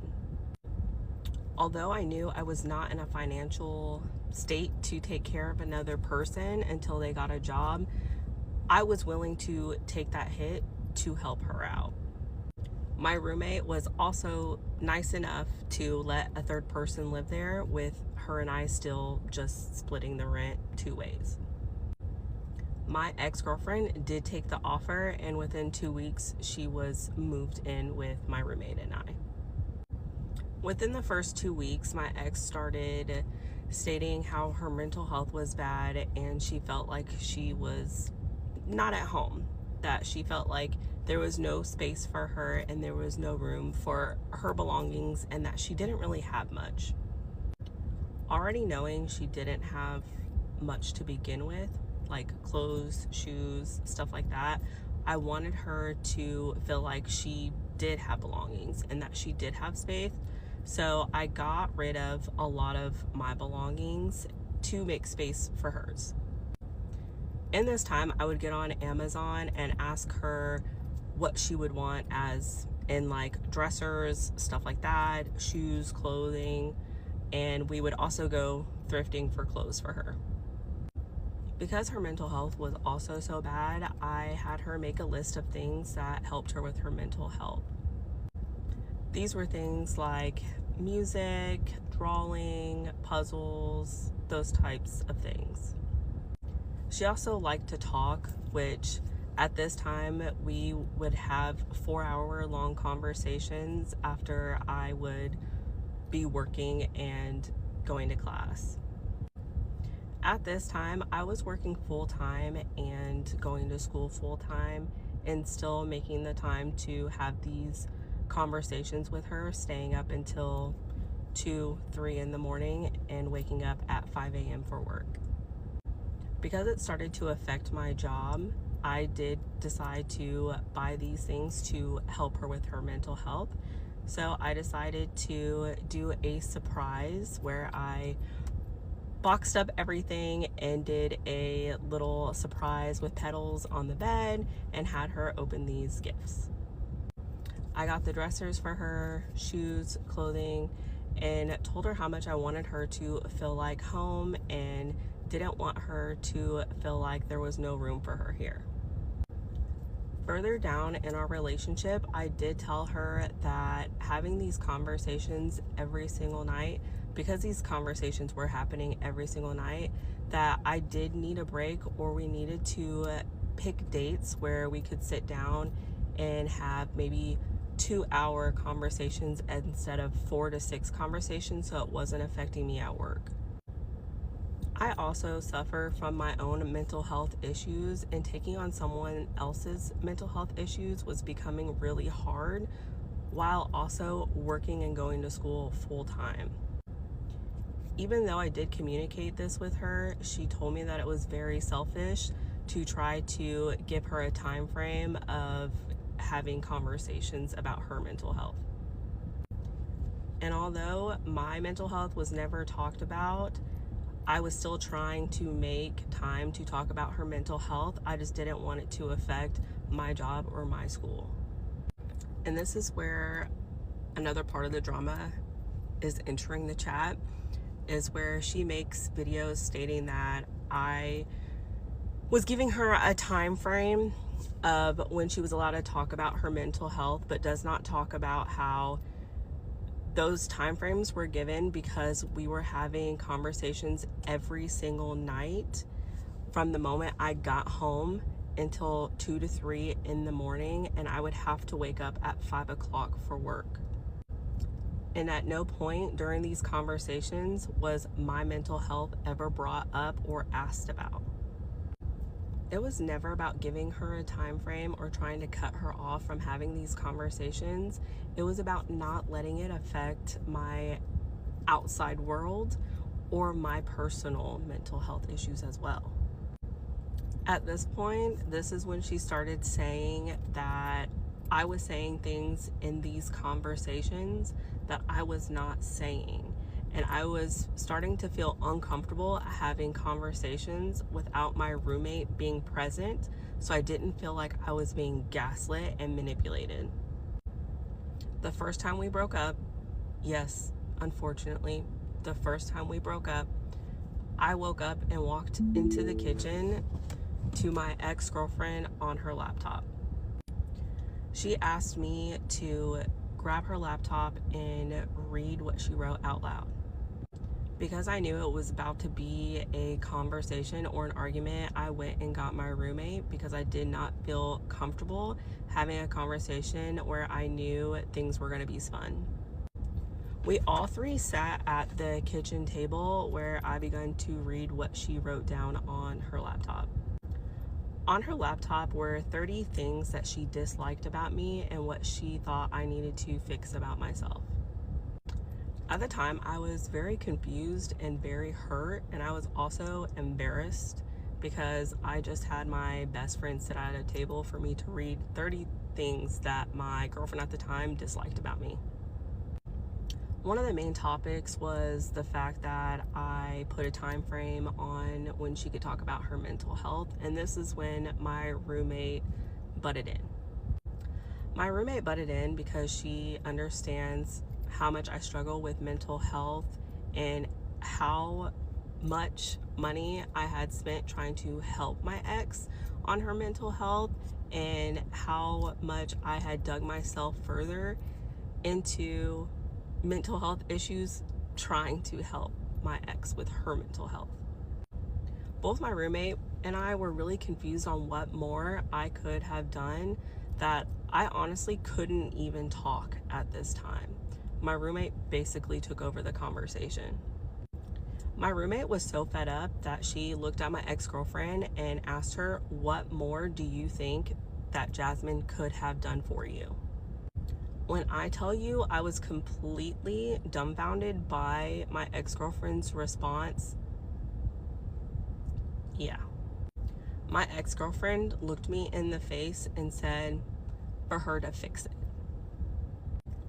I am not a crier. I don't cry, and I think my ex-girlfriend saw me cry once, and the probably 9 months at that point, she had saw me cry once.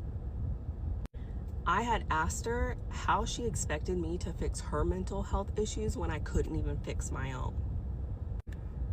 After I made that comment, I couldn't even talk. My roommate got up and asked me what I wanted to happen, and I told her I wanted my ex-girlfriend to leave. So I walked to my room and continued to cry, and my ex started to get her things. Because my ex did not have a car, she did have to get a bus ticket to get back to her home state. My roommate did watch her while she packed, just because I was not in a good headspace, and she did not trust my ex-girlfriend to be alone with me. Unfortunately, my ex-girlfriend could not get a bus ticket for the same day, so she did have to stay there. She just stayed in the living room. She did get a bus ticket for the next day, and she was gone by the next morning. She did try to contact me the next day to say some horrible things. She was immediately blocked, and then unfortunately I unblocked her. We didn't talk for about a week, and then we tried to be friends, and then I'm running out of time, so I'll have to make a part 3. Before I make a part 3, I wanted to go over why I'm even making a Storytime series to begin with. My ex-girlfriend and I officially broke up in about October, November of 2025, but she did not move out until December of 2025. From October to December, we did still try to make things work, but they just were not working. From December 2025 up until literally yesterday, my ex-girlfriend has done nothing but harass me. It first started with text messages degrading me, telling me how much of a bad person I was, and the more I ignored her text messages, the worse the text messages got. Unfortunately, at the time, I couldn't block her because she stole property of mine from the house when she left. One of the properties that she took was a house key. Yes, I understand she paid for the house key $5, but I believed she needed to return the key. She was no longer living there, and she was not on the lease. The only reason she was refusing to return the key was because she paid the $5 to make the key. Or so that's the reason why she gave me. I offered to give her money that she paid for the key to get the key back to mine and my roommate's apartment. Even though I offered her money, even more money than she paid for the key, she was still refusing to give me the key. It's not the fact that I wanted the key to have the key and because I should have the key because I live in this home. It's the fact that I felt so unsafe. So unsafe that my roommate and I were putting a chair in front of the front door to block it just in case she decided to come back at any point. I tried to explain this to my ex-girlfriend that I felt unsafe and that's why I wanted the key back, and she would say that she felt unsafe. Why would she feel unsafe when she had the key to my home? Does she state in videos that I said I would take legal action? Yes, there are things that you can do legally in order to get property back. And yes, I told her I would take those actions. Obviously, threading those actions made her return the key because I now have that in my possession. As far as the other property, I did not get all of it, but I got some of the property back, yes. After I got the property back, I did decide to block her. And after I blocked her, she decided to start making TikToks about me. I found this out by several of my friends and I completely ignored it. It didn't bother me. I would assume that she realized it wasn't bothering me, and that's when she decided to go on my Facebook friends list and start reaching out to people she had not even met. That's when she started sending them screenshots of our conversations while we were in a relationship. Those people had reached out to me and let me know what she was doing. That's when I unblocked her and let her know that she needed to stop harassing these people. As soon as I unblocked her, she bombarded me with a bunch of text messages and videos about how I was a narcissist, a bad person, a manipulator, and a whole bunch of other things. I unfortunately did give her the reaction that she wanted, which was me to respond. I'm a very level-headed person, so I didn't get mad. I was just engaging in conversation back and forth, just sticking up for myself. After a couple text messages back and forth, I decided that for myself, I just needed to block her again. I had her blocked for a couple weeks before she started harassing my best friend and roommate with text messages and videos again with how I am such a bad person. That's when I unblocked her again and asked her to leave my best friend alone and that she did not need her to harass my best friend. That's when she started sending me her TikToks and other videos about just how I'm a horrible person and I need to own up and apologize for everything that I've done. I apologized during our breakup for the part that I had played, and I again apologized to her and told her I wasn't going to keep apologizing for the part that I played. But an apology is not what she wants from me. She wants me to grovel and she wants me to do awful in life. She wants me to be sad, and that's not what I was giving her. So I decided to block her again. This time when I blocked her again, the TikToks got even worse. She was talking about how I got tattoos, certain tattoos because of her. I only went after a certain degree, a college degree, because of her. I got certain piercings because of her. Not that I need to set a record straight. I've had my double piercing since I was in middle school. I have pictures of that. I met Cass in 2024. Like I said, I'm 33 years old. I've had these since middle school. I have certain tattoos because I like them. I'm not going to give the meaning of my tattoos, but her tattoos are different and she has them for different meanings. And if I need to get into those, I absolutely will. I got my college degree, or I'm getting my college degree, because that's the field that I've worked in since 2012. She did not start working in that field until we started dating, until she moved here in 2025. I did not copy anything because of her. So I'm gonna set that straight. When I found out she made these TikToks, did I stupidly unblock her and tell her to stop making TikToks about me? Yes. This is when she sent me 2 videos of her speaking to me directly through the camera, which I found weird, scary, and not all there. So I blocked her. I blocked her after those videos because they, in fact, scared me.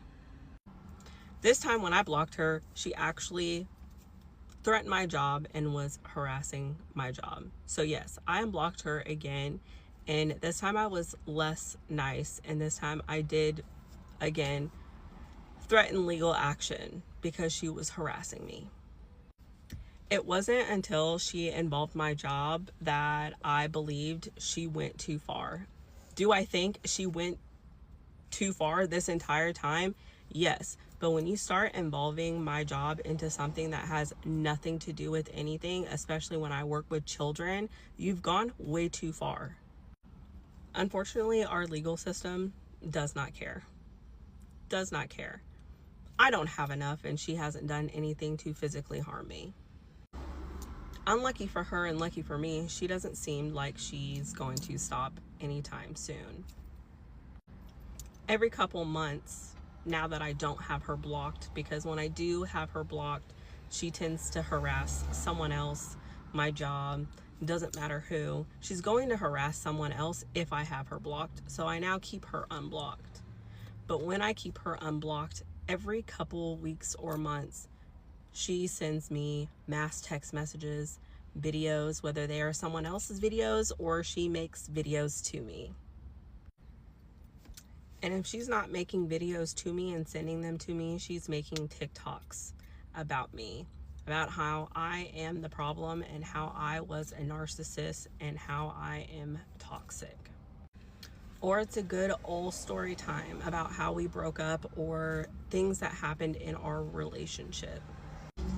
Or starting off a video body shaming me and saying how I body shamed her throughout our relationship, all while body shaming me in the same sentence. I'll make it very clear that there was no body shaming on my part in the relationship. My ex was very, very insecure about her looks and about her weight. And I did everything in my power to reassure her. However, at the time, I was 100 pounds heavier when we were together. She was a very petite girl, still is a very petite girl, and I was very heavy set. She made many, many comments about being fat and ugly while very petite. And as a bigger woman, obviously that made me feel very insecure. So I made comments about wishing my body looked like hers, which looking at it now could make her feel a certain way. I'm running out of time, so I'll have to make another video. You guys are not going to like this one, but as a 24-year-old woman, I do not know a single person still in their high school relationship, okay? They're not the one. Don't worry too much about it. Further, I don't know anyone still in their college relationship. Okay, that's not true. I know like 5 couples out of hundreds. So you're going to be freaking fine. Time heals all, you know? Okay, so I have been dealing with the most insane case of identity theft since March, and per the advice of my friends and pretty much every conversation I've had with them and others, it's been suggested that I bring this to the internet because as lovely and kind as the folks at the LAPD are, nothing has been done, and it's just an ongoing problem. So if you've unfortunately had experience with this or know someone that could help, or you're a freaking PI, or you just want to commiserate with me for a second, I would love to hear your thoughts because I'm about to lose my mind. So I will also say, for those who are very passionate about fiscal responsibility and financial literacy, please give me a little bit of grace. I'm usually very on top of my stuff, and when it comes to this issue, I was like really not, and it's just negligence by way of being busy, and I just didn't take it seriously. So I just like really don't need to hear it. Okay, so just if you could keep those thoughts to yourself, that would be great. So back in March, I receive an email from Wells Fargo stating that there was an attempt to deposit a check for $350 or $360 rather. And so I look at that and I'm like, well, that wasn't me. And to be honest, call me corporate. It read like a phishing email. I did not take it seriously. I was like, okay, bye, moving on to the next. So then a couple days later, I'm on the phone with my mom. I remember I was at work, so I was already distracted. I work at events and I am a squirrel most of the time. So I'm talking to my mom. I tell her about this briefly and she says, that's so weird. She's attached to my account. She says, that's so weird. I got an overdraft notice from your account, but one, I don't get those kind of notifications, and two, that doesn't really happen. So I just assumed it wasn't real. And I'm like, yeah, no, that seems really weird. I got some weird email too. Someone must be trying to hack into my account. Lo and behold, so then 2 days later, I get an email that basically says, hey, this check has bounced, or whatever the technical term is. And I'm like, okay, so this is like probably something I should look into. I open my account to find $8.64 in my account. I'm like, okay. You know, your first thought, you're like, that's not even enough for a good coffee in Los Angeles. So I'm freaking out. I'm like, what? So I click on the account every single day for a week. Someone has withdrawn a gorgeous amount of money every single day for a week, to the point where they wiped me out completely. So I called Wells Fargo in a panic, like a quiet panic, but a panic. And I'm like, hey, this wasn't me. This was not me. They then tell me that these were physically made in the branches, these withdrawals. And I'm like, how is that even possible? So fast forward, I do all the disputes with them. I then get on the phone with the credit bureaus, freeze everything. One big word of advice, if you've done this already, like, sorry, I was not aware and maybe I'm stupid, but keep your credit frozen until you need to unfreeze it. For the love of God, do that, because that would have been obviously a game changer. So freeze that. Then I get on with Norton LifeLock and we go into a deep dive with someone from one of the credit bureaus about what this okay, sorry, my phone was it was at 20%. So we're looking at what this diabolical freak has been up to. We see the 4 loans from JP Morgan. We see financing a Tesla, which is insane. They financed a Tesla. I'm thinking, okay, so there's someone just ripping around LA in a car that could be under my name. That's like absolutely diabolically insane. Okay, so I'm freaking out. So we go through all the things. I have this aha moment where I'm like, oh my gosh, a few months ago, the sweet man that does the maintenance in our building, who I know quite well, shows up at my door with a stack of damp mail. And I'm like, Luis, what is that? He says, this is your mail. It was out in the bushes out front. And I said, what? How's that possible? So, of course, again, I just kind of take it like, oh, that's weird, thinking maybe the mailman dropped it. No, okay? So then I'm getting ready to go to Boston, and I realized that the new driver's license that I had ordered had not yet come in the mail. And I'm like, well, I kind of need that. So I call the DMV. I'm like, hi, just checking in. Where's my license? They're like, oh, that was delivered like a while ago. I'm like, oh, this is perfect. This person has either been hoarding my mail in the front bushes, or they stole it and now they have access to everything somehow. I don't even know what they stole in addition to that, but the license is gone. This person has my license, hence why they were able to just like beep bop around LA saying, hey, I'm Jackie Cryan with the ID. My guess is they changed the photo, but I digress. So things were kind of quiet. I signed a million affidavits, haven't seen a dime back, but like I'm trying to practice patience, you know? And then about a month ago, I'm driving home from a friend's show and I get a phone call from a name that was extremely bizarre. And I was like, well, I don't know a person by that name, so I'm going to ignore, get home. I'm in the shower and I think I should Google that number. I did not think it was related to all of these things. So I Google the number and I see that it's a bail bondsman. I'm like, okay, cool. So for a second, I'm like, does someone I know need me to bail them out of jail? That's crazy. I'm going to call right now. So I call and I say, hi, I missed a call from you guys 45 minutes ago. And he says, is this Jackie Cryan? And I said, yes. And he said, okay, well, I wanted to give you a call because someone called us saying that they were you. They had all your information, birth date, social, the whole bit. And we ran a soft credit check. Their phone number that they've used matches that of another person that has bailed people out of jail before. And additionally, they have bailed this specific person out of jail previously as well. Clearly not me. So he says, I looked you up. The first 3 of your number are very different than that of the first 3 this person provided. So I wanted to give you a call and give you a heads up. And I'm like, thank you so much. I'm in the middle of identity theft, just trying to figure it out. I said, for the love of God, will you give me that phone number? And he's like, ma'am, I can't do that. Company policy. And I said, sir, I really don't think the LAPD is going to come after you per your company policy when someone is literally running around, potentially in a Tesla, with all my money, living, laughing, and loving. Okay, please give me the number. So he did. He's a sweet baby angel. He gave me the number. Okay, so fast forward to Monday. I'm thinking I'm going to give all this to the LAPD at the start of the week. Monday comes around. I open my bank account to see if a certain payment had come through. And I see that I have an appointment at a branch downtown at 11 a.m. It's about 10:20 at this point. First thing I do is Google how quickly I can get there. Sadly, was not going to make it in time to have my like moment of confrontation. Then I call Wells Fargo to make sure everything's frozen to the gods. Then I call the branch and I say, hey, appointment made 11 a.m. Jackie Cryan. I am Jackie Cryan. That is not Jackie Cryan. Please do not allow this appointment to occur. I also see that they're attempting to deposit a check and they've somehow managed to take out $600 the day before. So I'm like, I don't know what's going on with you guys over at Wellesley, but like you need to lock it down. Like I am not in your branch. I'm not coming to your branch. Lock, lock, lock, lock, lock. So I delete the appointment.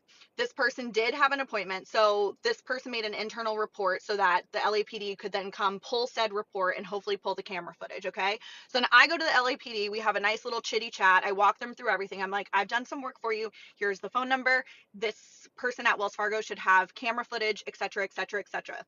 He's like, wow, this is great. I'm like, yeah, I watch a lot of true crime. I'm prepared for this. I'm not welcoming this journey upon myself, but I'm in it. So I'm trying to just do what I can. So then somewhere in the midst of all that, they tried to open a Bank of America account, or they did rather. They were able to unfreeze my TransUnion credit, open an account. I call, say cancel, cancel, cancel. They say they canceled. 2 weeks later, or a week later, that account is fully open. There's a $10,000 line of credit card running around and they've spent $4,000 that morning. So I call and I'm like, what the hell? So we make sure everything's canceled. I'm on the phone with them for like 2 hours. It was hell on earth. But then I get an alert from Credit Karma because in opening said account, they've added the phone number, or added a phone number, and they've added an address. What I forgot to mention is for the Wells Fargo appointment, when I clicked the appointment, it was under my name. It said customer declined to provide email address, and then it had the phone number that matched that of the one that the bail bondsman gave me. So when this all came around on my Credit Karma, I see that that number also matches the former. And that there's an address added to a downtown apartment complex. Did I call the phone number twice? Yes. Then they disconnected it. I didn't say anything. And then I called the apartment complex basically saying, hey, I don't even know if the person in unit X is me or someone else. I don't even know, but they are an identity thief. And I will be coming for them, if not with the LAPD, on my own to just take myself through the call box and give them a nice little hi, you know? I'm not actually going to do that. That would be insane. But that's where I'm at right now. So if anyone can help, oh, what I forgot to say is they were able to do the Bank of America thing because they created a different TransUnion account under my name and like a whole fake email and everything. I'm like, how does that even occur? So anyways, I'm just trying to stay sane. Both of my brothers are getting married in a couple weeks and I'm turning 35 and like this kind of like allows for its own kind of crash out, let alone going into like all of those things as like the single 35-year-old sister. So yeah, I'm just like trying to enjoy my life in the midst of like literally having nothing to my name. Yeah, just staying sane. I really don't know what else to say. I'm probably forgetting like 5,000 different things, by the way, because this person is such a freak. So if you have any insight, oh, what I will say is someone asked me the other day, they were like, this feels really personal. What if it's someone you know? Like, is there anyone you wouldn't be mad at? And I said, Joe Jonas. What? Like, I've met him. He's not in my life. Also, why would Joe Jonas need to steal my identity? Are you freaking kidding me? I'd be coming for his, if anything else. Anyway, so that's that. So if you have any sort of insight, please let a sister know. I'm losing it. Like, believe it or not, that's the most abridged version I could ever give. Wow, you are actually so disrespectful. No, actually, give me 1 sec. Hold on, I'm gonna transfer you. Just 1 sec, hold on. So I was broken up with recently by my ex-boyfriend on Tuesday actually, and I made a video talking about it briefly and only gave a couple of reasons. And I've been reflecting these past few days and thinking of all the other reasons that I wasn't a good fit for him, and I thought I would share them. So I don't even know where to start. One of the reasons that he didn't want to be with me anymore was that on our last, I guess, run that we had together, we didn't really get to run because he broke up with me shortly before that, but we were supposed to go on a run in Silver Lake, and I needed to change, and I wore leggings, and I wore like a long sleeve, but it was all sportswear, so it wasn't like a thermal or anything. My Lululemon leggings, and he didn't like that I was dressing so covered up for a run. But it was partially, it was entirely actually because I didn't want to get sunburnt because it was 10 in the morning, and then I also wax. So this seems kind of weird to say, but I just didn't want to show my legs or show my arms. So that was the reason. He would often call me weak and not very strong-willed. Would compare me to his ex-girlfriend, who apparently had more of a backbone than me. He also said that we had different upbringings and that it would ultimately lead to us falling out eventually, which I think is kind of weird. He also, he told me that that he wanted to find somebody who was at his level and above. He wanted to share finances, so to have, instead of having 2 separate bank accounts, that we would have one, unless we wanted to like Venmo each other or Zelle each other.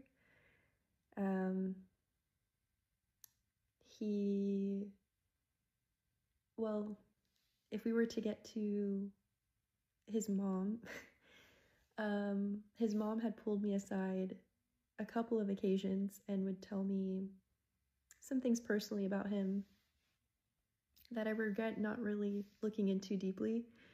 And it's partially because I love him so much and I didn't want to feel like I was going to give up on him. But she told me that he has a lot of great characteristics, which he does, but he has a terrible, really bad temper. And she was very serious when she said this, and I didn't quite,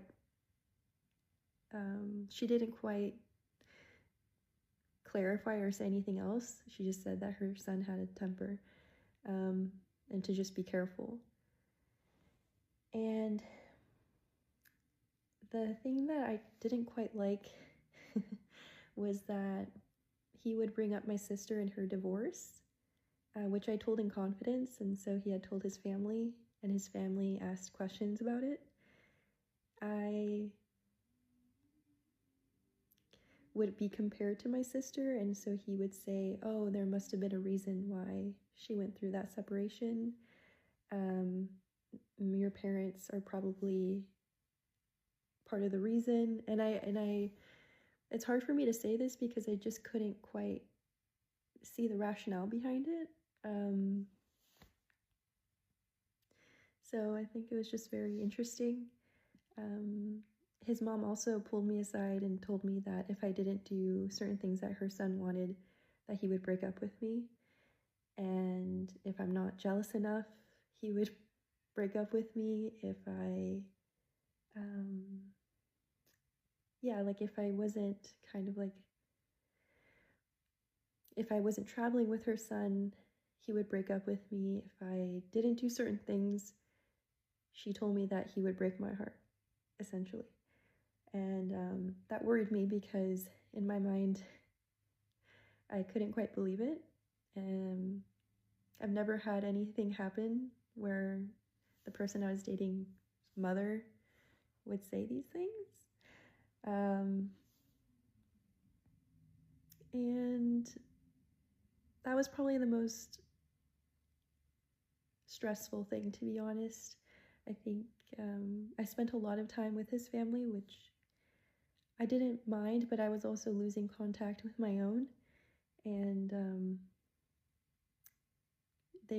his mom would often joke, like, if my parents ever see me or if I remember what my parents look like. And it was just kind of, there was one time that I didn't do a load of laundry correctly.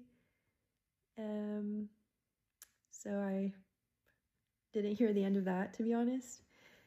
And there are things that I look back on and I feel like I was, and somebody had pointed this out that I was doing, and my mom also told me too, it's just, I'm stubborn, that I was doing things that a wife does, not a girlfriend. And it's just, I care very deeply about people and I try to alleviate things so that they don't have to worry. And I often feel like those efforts were not being noticed or recognized. He would say thank you, but it felt like it was just, I felt like it wasn't truly acknowledged. I feel like you can see in somebody's actions if they're thankful or appreciative more so. But I always felt like I had to keep going so that this person would love me, or I feel like, yeah, that I was worthy. And I didn't put it into words in my head. It was just a feeling. So when I say it out loud, it sounds very sad.